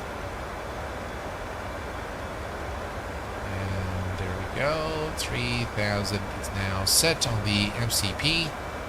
And we are good. Perfect. Top of descent shortly in 68 nautical miles. Alright, I'm going to leave you guys with a nice external view here. And I'm going to take a very short break. And I will be right back with you guys for our approach and landing into San Francisco. Enjoy the wing view, and I will be back shortly.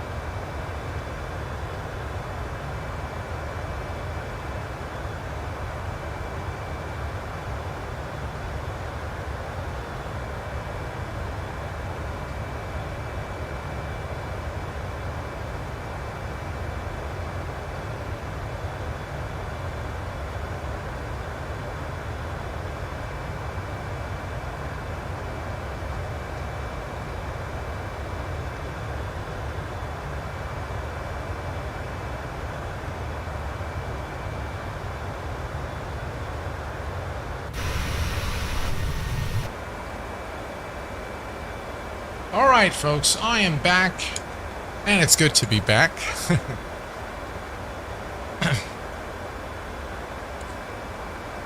Excellent. Make sure you reset the MCP altitude. It's already reset. We've set it to 3,000. And if we look here, that's the top of descent. So let me just focus down here. That's the top of descent, so we are almost there. And we will begin this, the Melbourne transition. And yeah, we're getting close to our destination now. And by the way, we're flying real-time, real weather today. Hello, California.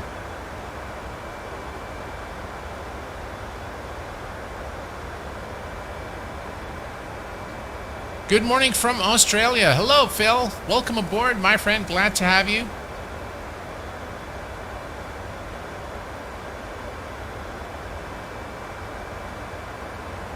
Yes, a kid named Kenny 96. Yes.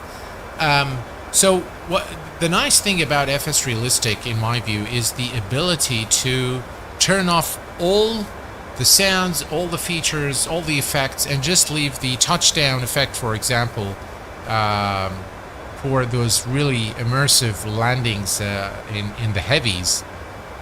So it's definitely worth the money. I would say go ahead and get it. Patrick, hello, my friend. Good to have another Aussie here. Yeah.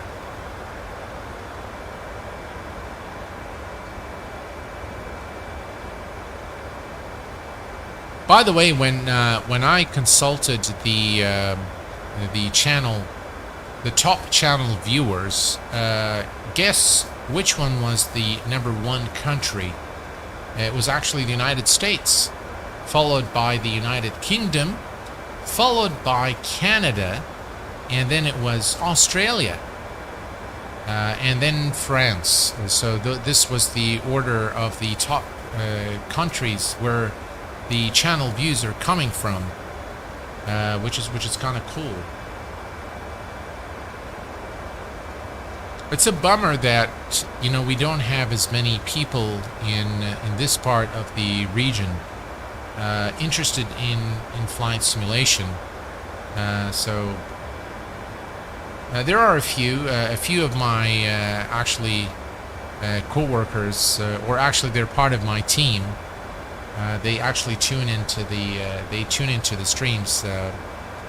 So a couple of guys who are actually, I happen to be their boss's boss, and they actually come on stream, and they kind of remain quiet, but they tell me the next morning, "Oh, were you on stream last night? We heard you." And yeah, it's kind of cool. So yeah, there we go. Right, so that's the top of descent. We're almost there. We should begin the descent shortly into our destination. Quite a mountainous area here, but should make it for an interesting approach into San Francisco. And by the way, with World Update 10, San Francisco has received an upgrade. So I haven't seen it, so this is the first time I'm visiting San Francisco in Microsoft Flight Simulator after World Update 10. So we're going to see it together today once we land.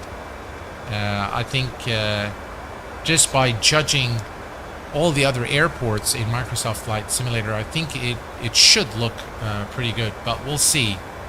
But the scenery around San Francisco is just beautiful, and the approach coming through, through the water area and making the turn into the airport is always it creates for a very spectacular view. Yeah, so we're shooting for a picturesque experience today as we approach San Francisco, and hopefully I'll be able to give you guys a good show and land it with lots of butter for you guys to enjoy. I've been a Zibo user for a few years now, but the PMDG option is getting very tempting. Well, I'll tell you, the Zibo is just amazing. It's amazing what Zibo has accomplished with with the default X-plane 11737, and I hope that we can see similar effort for the A330, which is going to come very soon for X-plane 12. So hopefully we'll see something like that. Nice, my first view of San Francisco scenery too.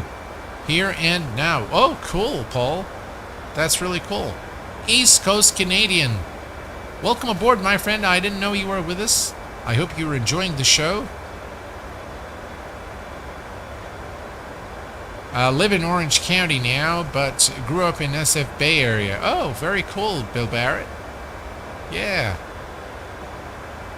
So we had a friend. Well, he's a family friend by the name of Tito Sasaki. Tito lives in Sonoma in San Francisco, and he owns a vineyard, and he's a wine taster and all that good stuff. And it's such a lovely place to be. There are so many nice places in California. Sonoma County was one of them. I really enjoyed visiting Tito many years ago in Sonoma. He's actually a friend of my father, and he is actually a Cessna. He owns his own Cessna, and it was really fun just flying with him. And yeah. Well, we hit the top of descent, and as you can see, the aircraft has begun the descent now towards San Francisco. We have Daza T. Arab. Hello, my friend. Welcome aboard. I'm doing excellent. I hope you are the same.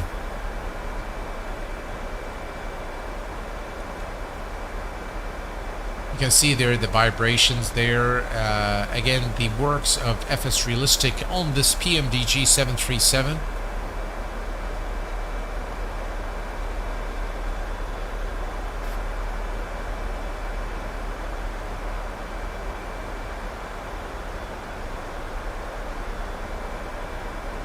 And we continue our descent.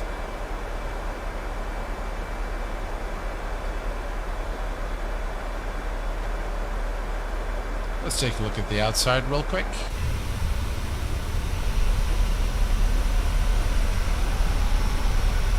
Just look at the way this aircraft turns.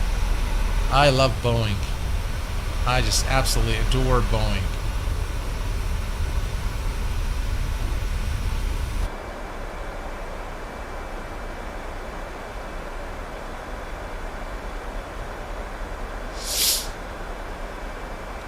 All good, thanks, QA. It's been lovely and warm in the UK today.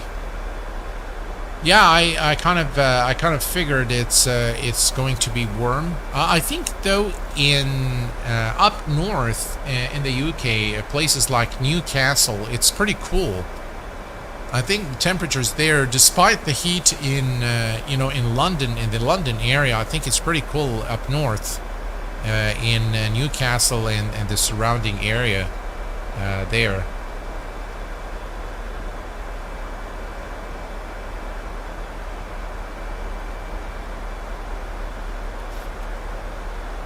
Well, so in this live stream, we're going to get a chance to look at the new San Francisco after World Update 10, but also we'll be able to see what FS Realistic does when we land this 737. So we're going to be on the lookout for the touchdown effect as we land the aircraft, and hopefully we'll butter it this time. We're looking good there, 30,000 feet for 3,000.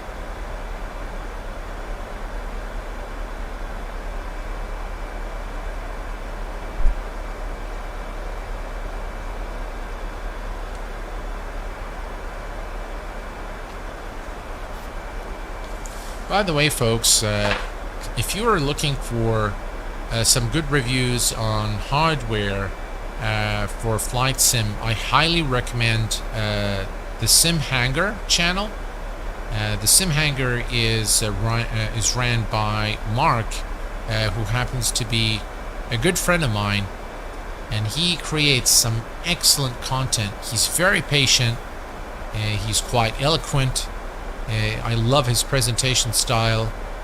He's quite good with editing too, I must say, and he makes he makes his reviews quite interesting. He's got this really nice narrative style, and I highly recommend his channel. If you're looking for things, he just does everything, all kinds of gear, VR. Really excellent content by the Simhanger or Mark.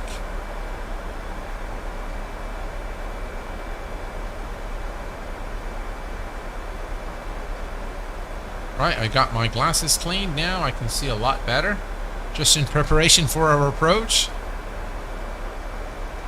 Steve says, yeah.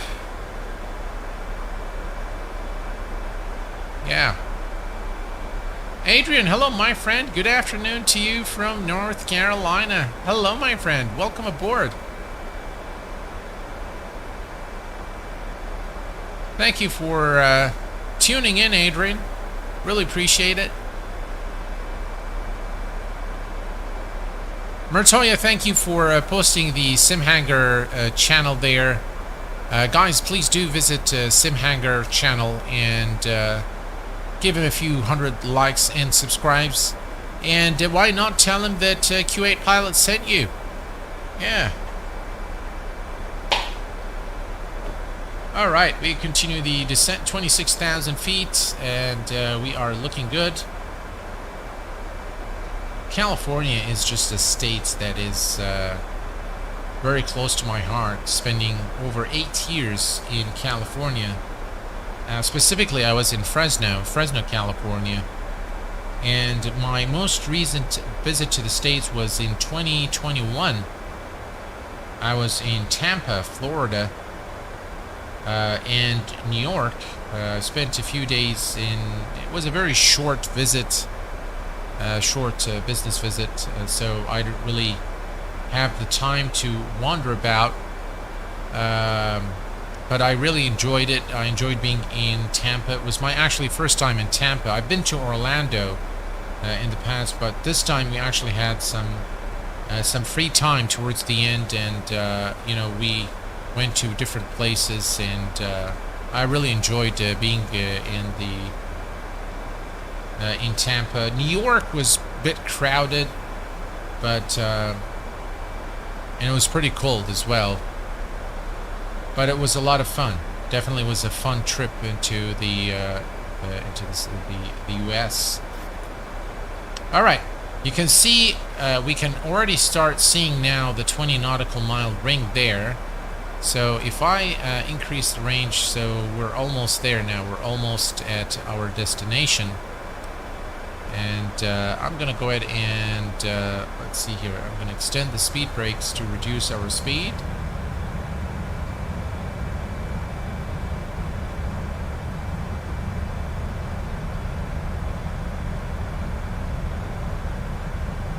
That's better.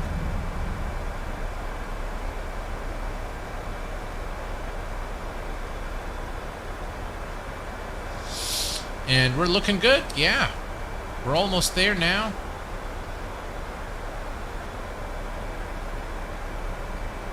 Kiwi Mace, greetings, my friend. Welcome aboard. Glad to have you with us.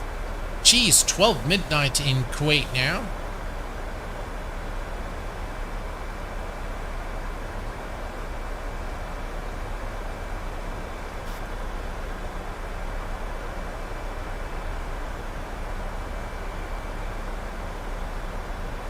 And let's do some external views there.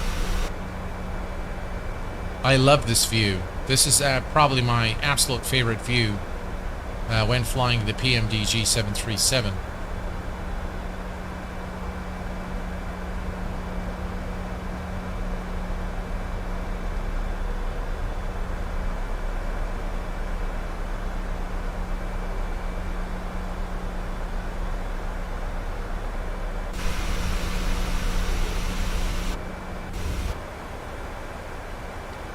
Alrighty.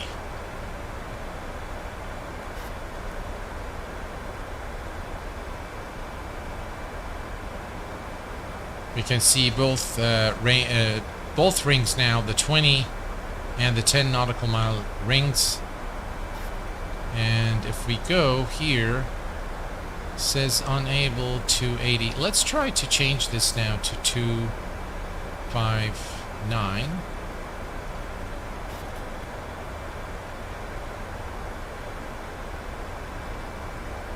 This is invalid entry. Not sure why.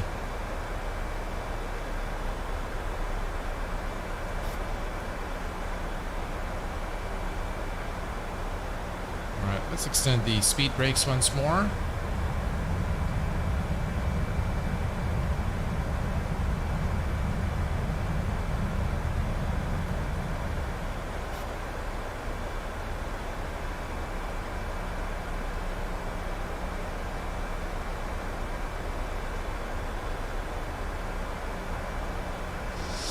We're doing all right.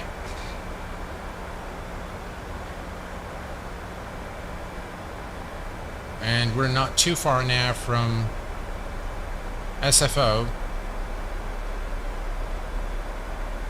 The initial departure was a really beautiful departure out of Renton Municipal. The formation, the cloud formation, was just fantastic.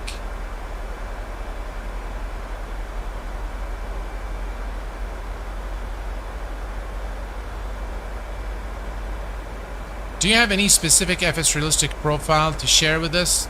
No, I haven't really done anything, so I'm just using the default profile. But if I do create a profile, I'll make sure I post it to the cloud so you guys can download it.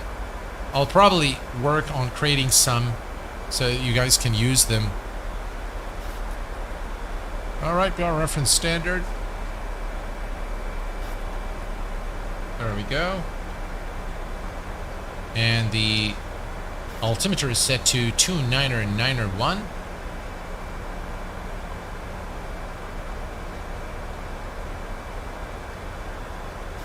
What a beautiful approach into San Francisco.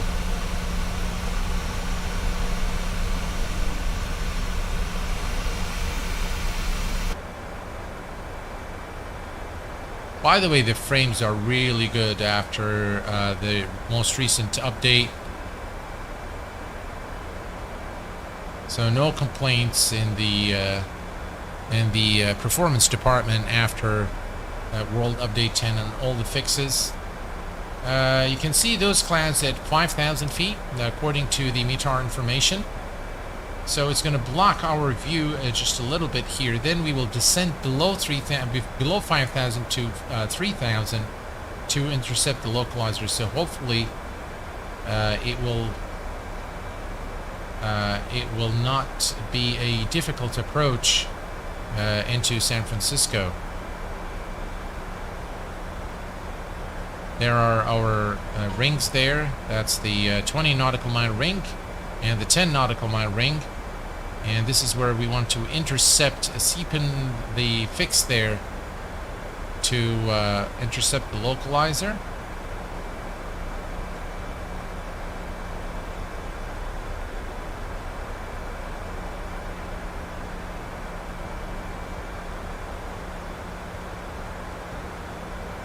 Hello, San Francisco.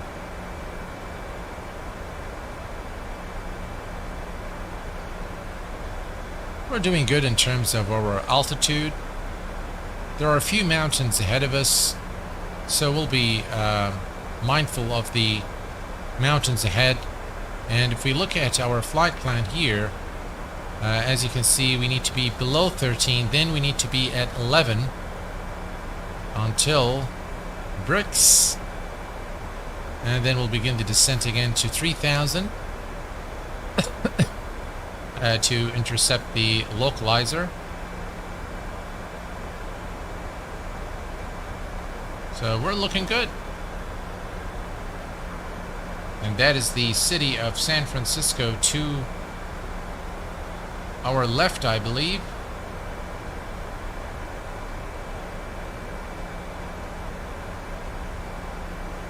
Beautiful.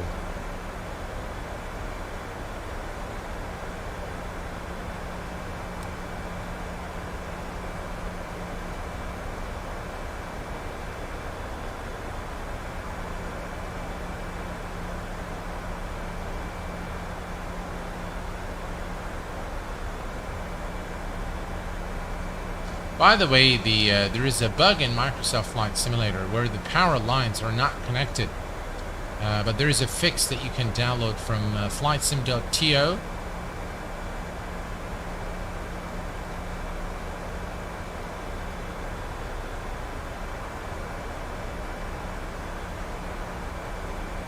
Right, let's take a look here at the speed, 250 knots.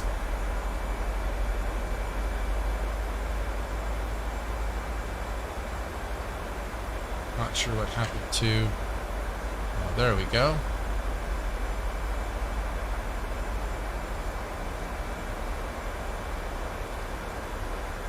Alright, so that's 11,000. Adrian, thank you very much for your $10 sticker. Appreciate it very much, my friend. Very kind of you. Thank you for your support.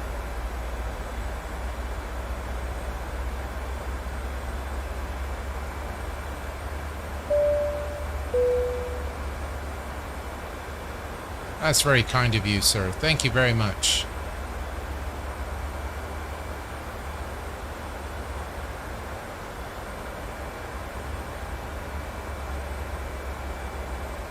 Alright, so we're going to maintain 11,000 for the next 5 nautical miles or so.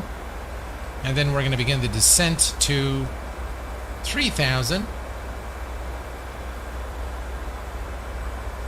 And once we are at 3,000, then we will intercept the SEPN or SEPN fix their waypoint and to intercept the localizer. We're all configured. The course is set to 284. The ILS frequency has been set to 11.7 on both sides, and so is the approach course 284 on both sides.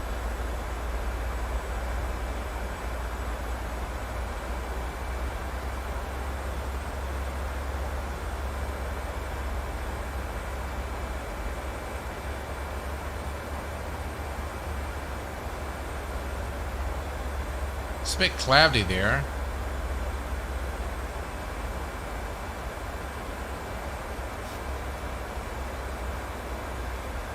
And we are now going to descend. Alright, we're approaching 10,000 feet.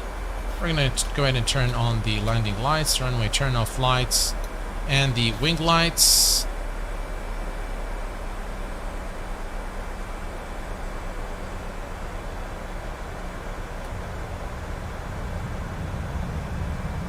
Let's begin reducing our speed.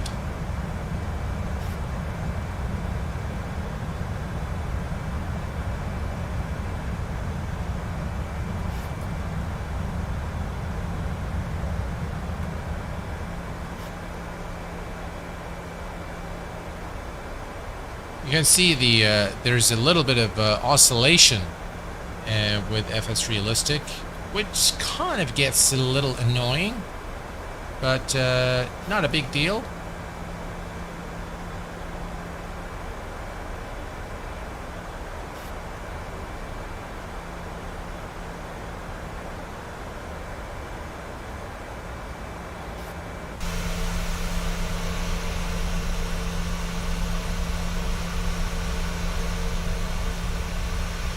What a beautiful looking scenery of the city of San Francisco. This looks amazing. Just beautiful.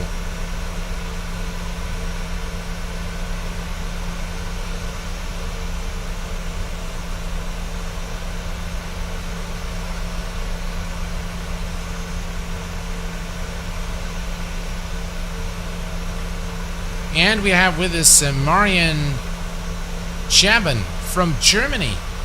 Welcome aboard, my friend.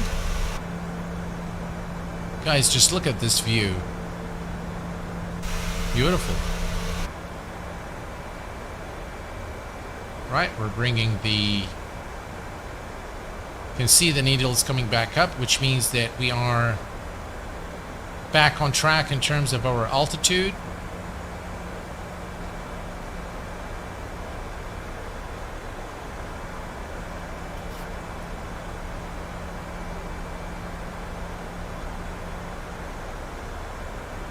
All right.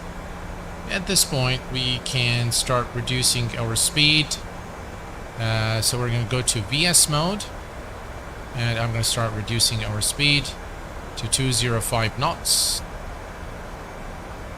Let's go ahead and extend the speed brake and reduce our speed.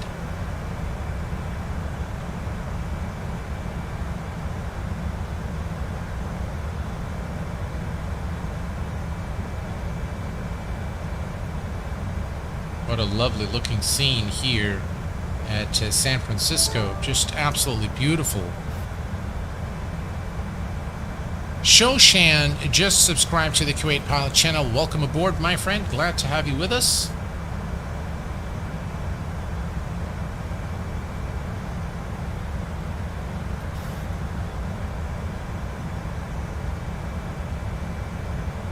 So this is the 20 nautical mile range.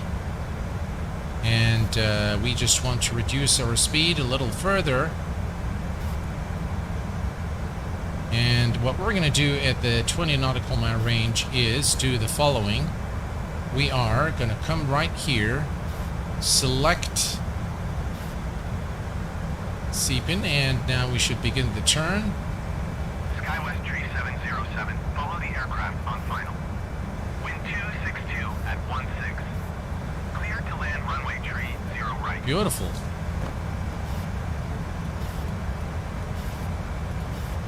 So that's our turn now towards San Francisco.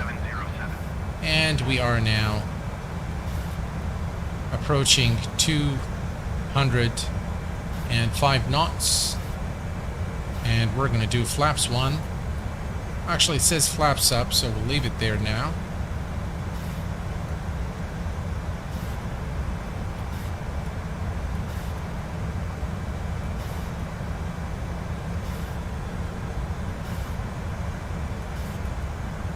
Beautiful.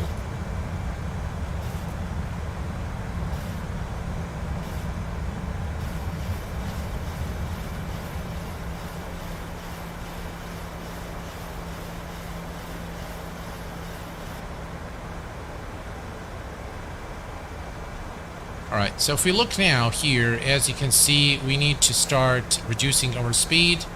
So we're going to go to 180 knots.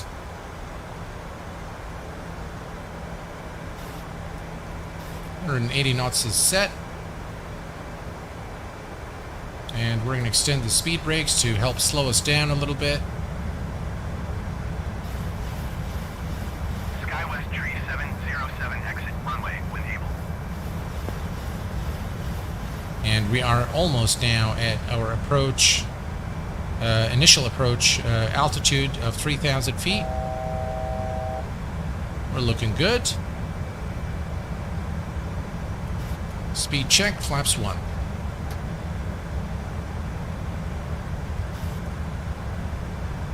And this obviously will help us also with reducing our speed. SkyWest Tree 707, exit runway when able. Alright, and we are now going to engage the approach button. Approach. There we go.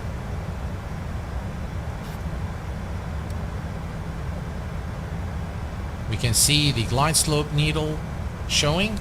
Speed check. Flaps 5.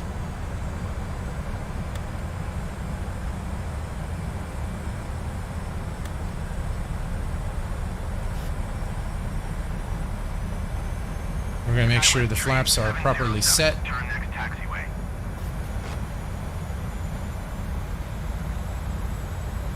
And we're going to reduce our speed to 160.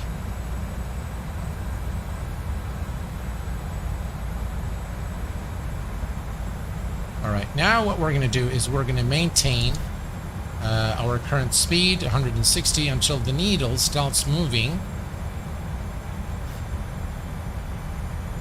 Now we can see the glide slope needle started moving. Visibility is not the greatest, but hopefully it'll be fine.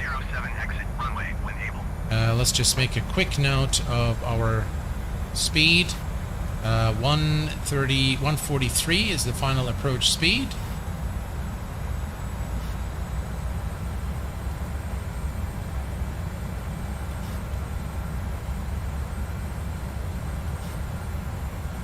can see the glide slope needle moving down slowly but surely. And the airport is somewhere right there. Visibility is not that great, so we can't really see properly, but we're almost there now. All right, let's go ahead and arm the... We're going to...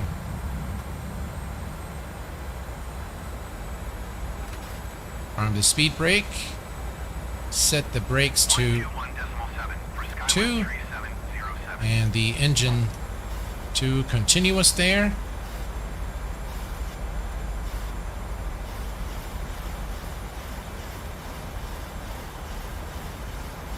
Alright, speed check. Gear is going down. And we're going to go to flaps 15. Reduce our speed to 154 knots. Traffic. And we are now aligned with the localizer and glide slope. The aircraft is doing its thing.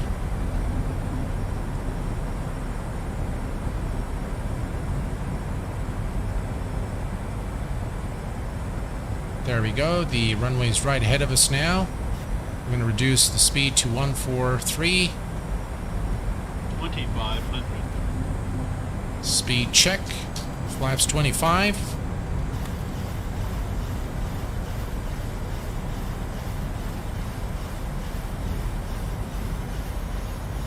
Speed check. Flaps 30.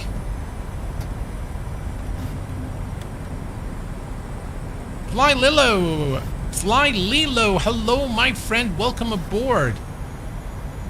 Speed brake is armed to flaps 30. All is good. At 1,000 feet, we will disconnect the autopilot and hand fly the aircraft. Just look at that scene. Wow, beautiful. Oh, you know what, guys? One thing we can do is we can record the flight. So let me just very quickly here type 5454544. All right, now it's going to pause, and I hope it doesn't break the sim, but hopefully bring us back. Normally with the PMDG only, it pauses, but then it comes back. So fingers crossed, it comes back. All right, it did come back. Perfect. All right, let's put this away, and this way we can take a look at the replay of our landing. What a beautiful approach into San Francisco, ladies and gentlemen.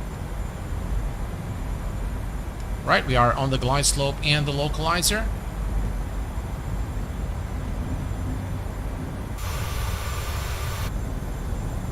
Just look at that wing view. Beautiful.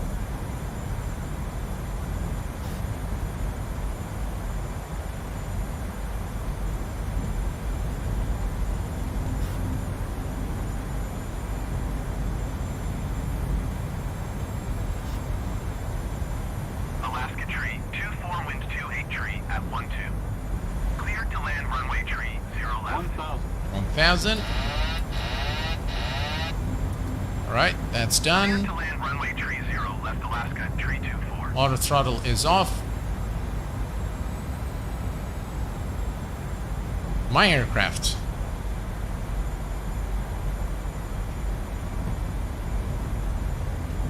Traffic.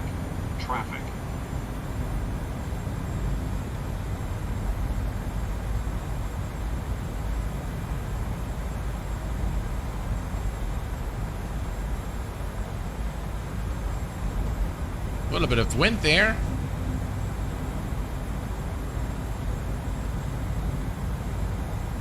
A bit touchy on the controls there. 500. Definitely some wind there. But, yeah, we're doing all right. 400. A little too high. 300. Approaching minimums. 200. Minimums. 100. 50, 30,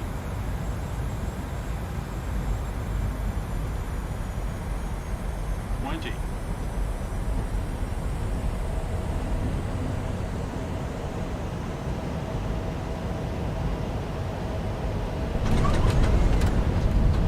'Bit of a float there. Woo! Beautiful. I don't have the landing grade, so you guys can tell me, and I can tell that it wasn't a very buttery landing.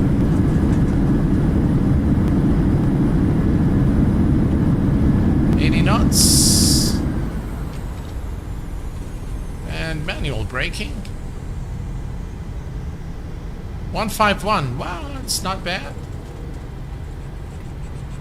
Alaska Tree, 24 turn next taxiway. Yeah, it's not bad. That's all right. You won the landing prediction. Right, I can see that the frame's slightly suffering here at San Francisco.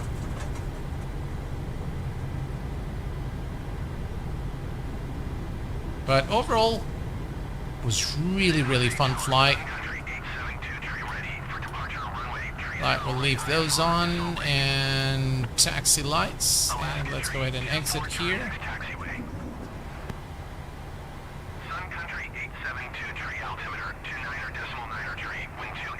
Wow, that was really a long but fun flight.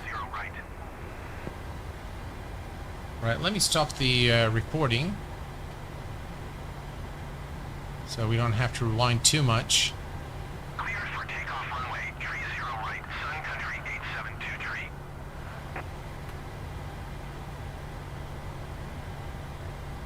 I hope you guys enjoyed it.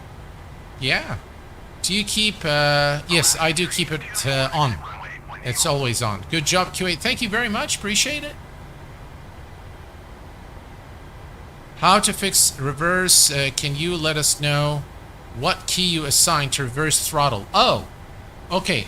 So for the reverse, guys, if you go back to the old FSX days, you do F2 and just press and hold the F2 button, and it will engage the reversers. It will engage and hold the reversers at maximum thrust. And then to disengage the reversers, simply click on F1. F1 will disengage the auto thrust, or the thrust reverse thrust. Get that right. Yeah, so I use the old FSX assignments there.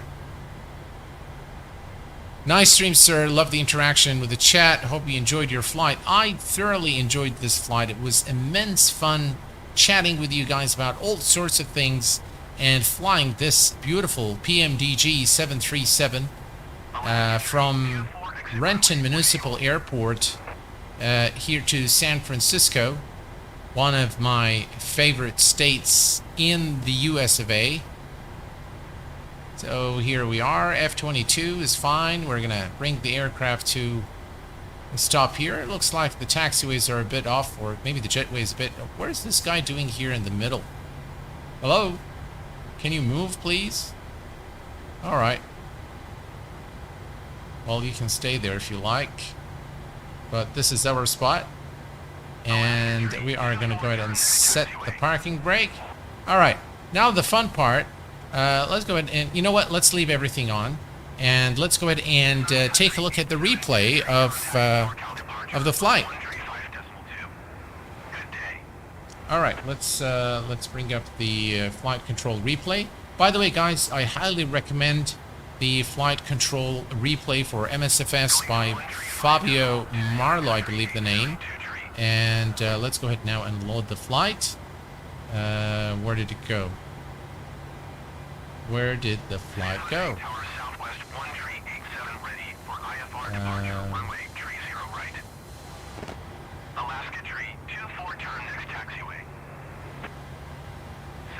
Load. Where did our file go? Oh, there we go. That's the file. Alright, open. We'll just give it a little while here to load. And then we can take a look at our landing. Fly Lilo, thank you, sir, for being here. I appreciate you being here. I watched your stream the other day on Twitch, and I thoroughly enjoyed it. Let's go ahead and click. All right, here we go. Cleared for takeoff runway tree 0, right southwest 1 tree 87.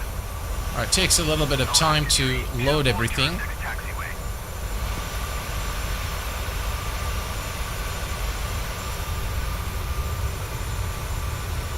But just guys, look at the crosswind there. See that? Slight crosswind. Now everything is loaded. Guys, just look at this. Just absolutely beautiful. Now you can see everything is loaded in the background.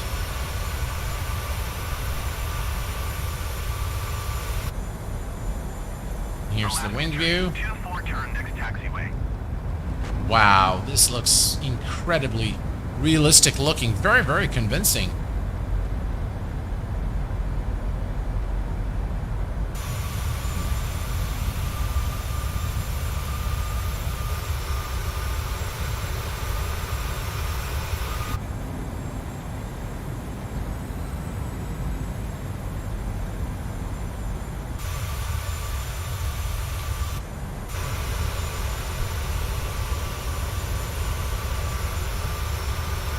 Alaska tree 24 exit runway when able.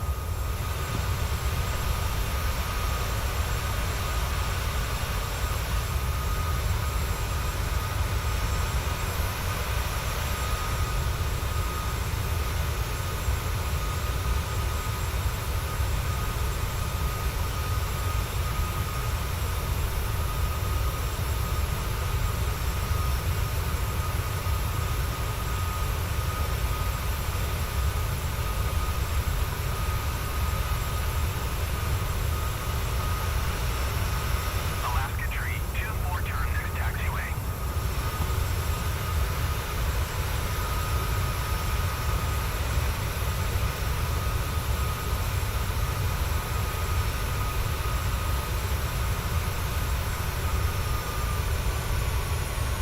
Southwest 1 tree 87 contact NorCal departure on 120.1. Good day. Bit of a floater there, but a nice landing nonetheless. 120.1. There's the reverse thrust. Wow, that looks really very, very nice indeed.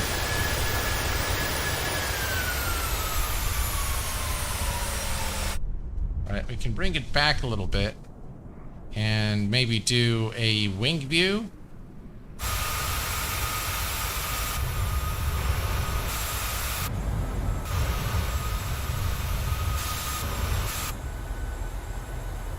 You're always going to have something not work properly. That's a nice view there. Contact ground on 121.7.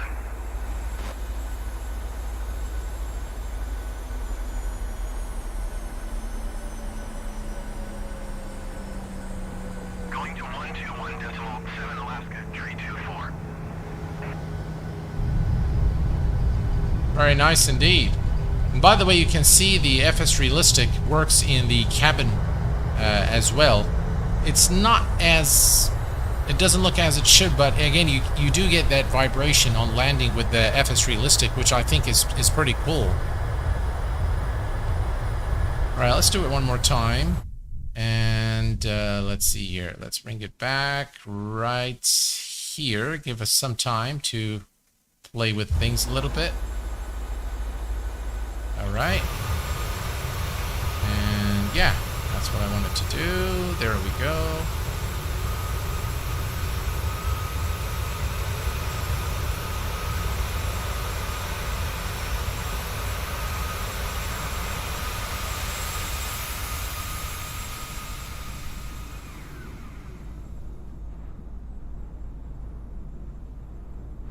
Alright, let's see. You stop it here.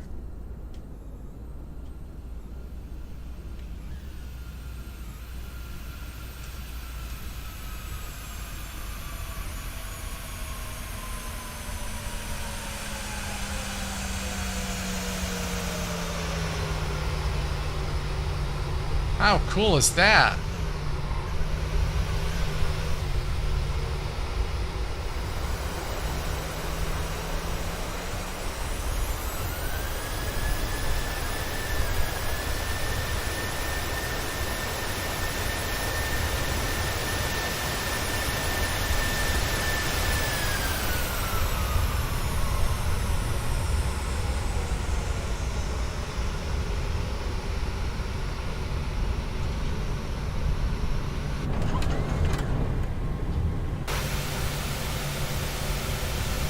Well, folks, this is pretty much it. One of those famous MSFS floats. Absolutely. I really want to buy the BA 146, but scared I'll be dissatisfied compared to the PMDG and Phoenix. No, sir, Mark, you will not be disappointed. In fact, the BA 146 is really a platinum aircraft, one of the best for Microsoft Flight Simulator. You will not regret it. It's well worth the investment in my view. But a good landing. Thanks, Rand. Appreciate it. Folks, thanks, Fly Lilo. Thank you very much. I appreciate it. Was definitely a fun stream, and I really enjoyed it. Thank you very much, guys, for staying with me up late. It is 30 minutes past midnight here in Kuwait. So thank you very much for being with me, for all the interaction, all the support. It's been great fun.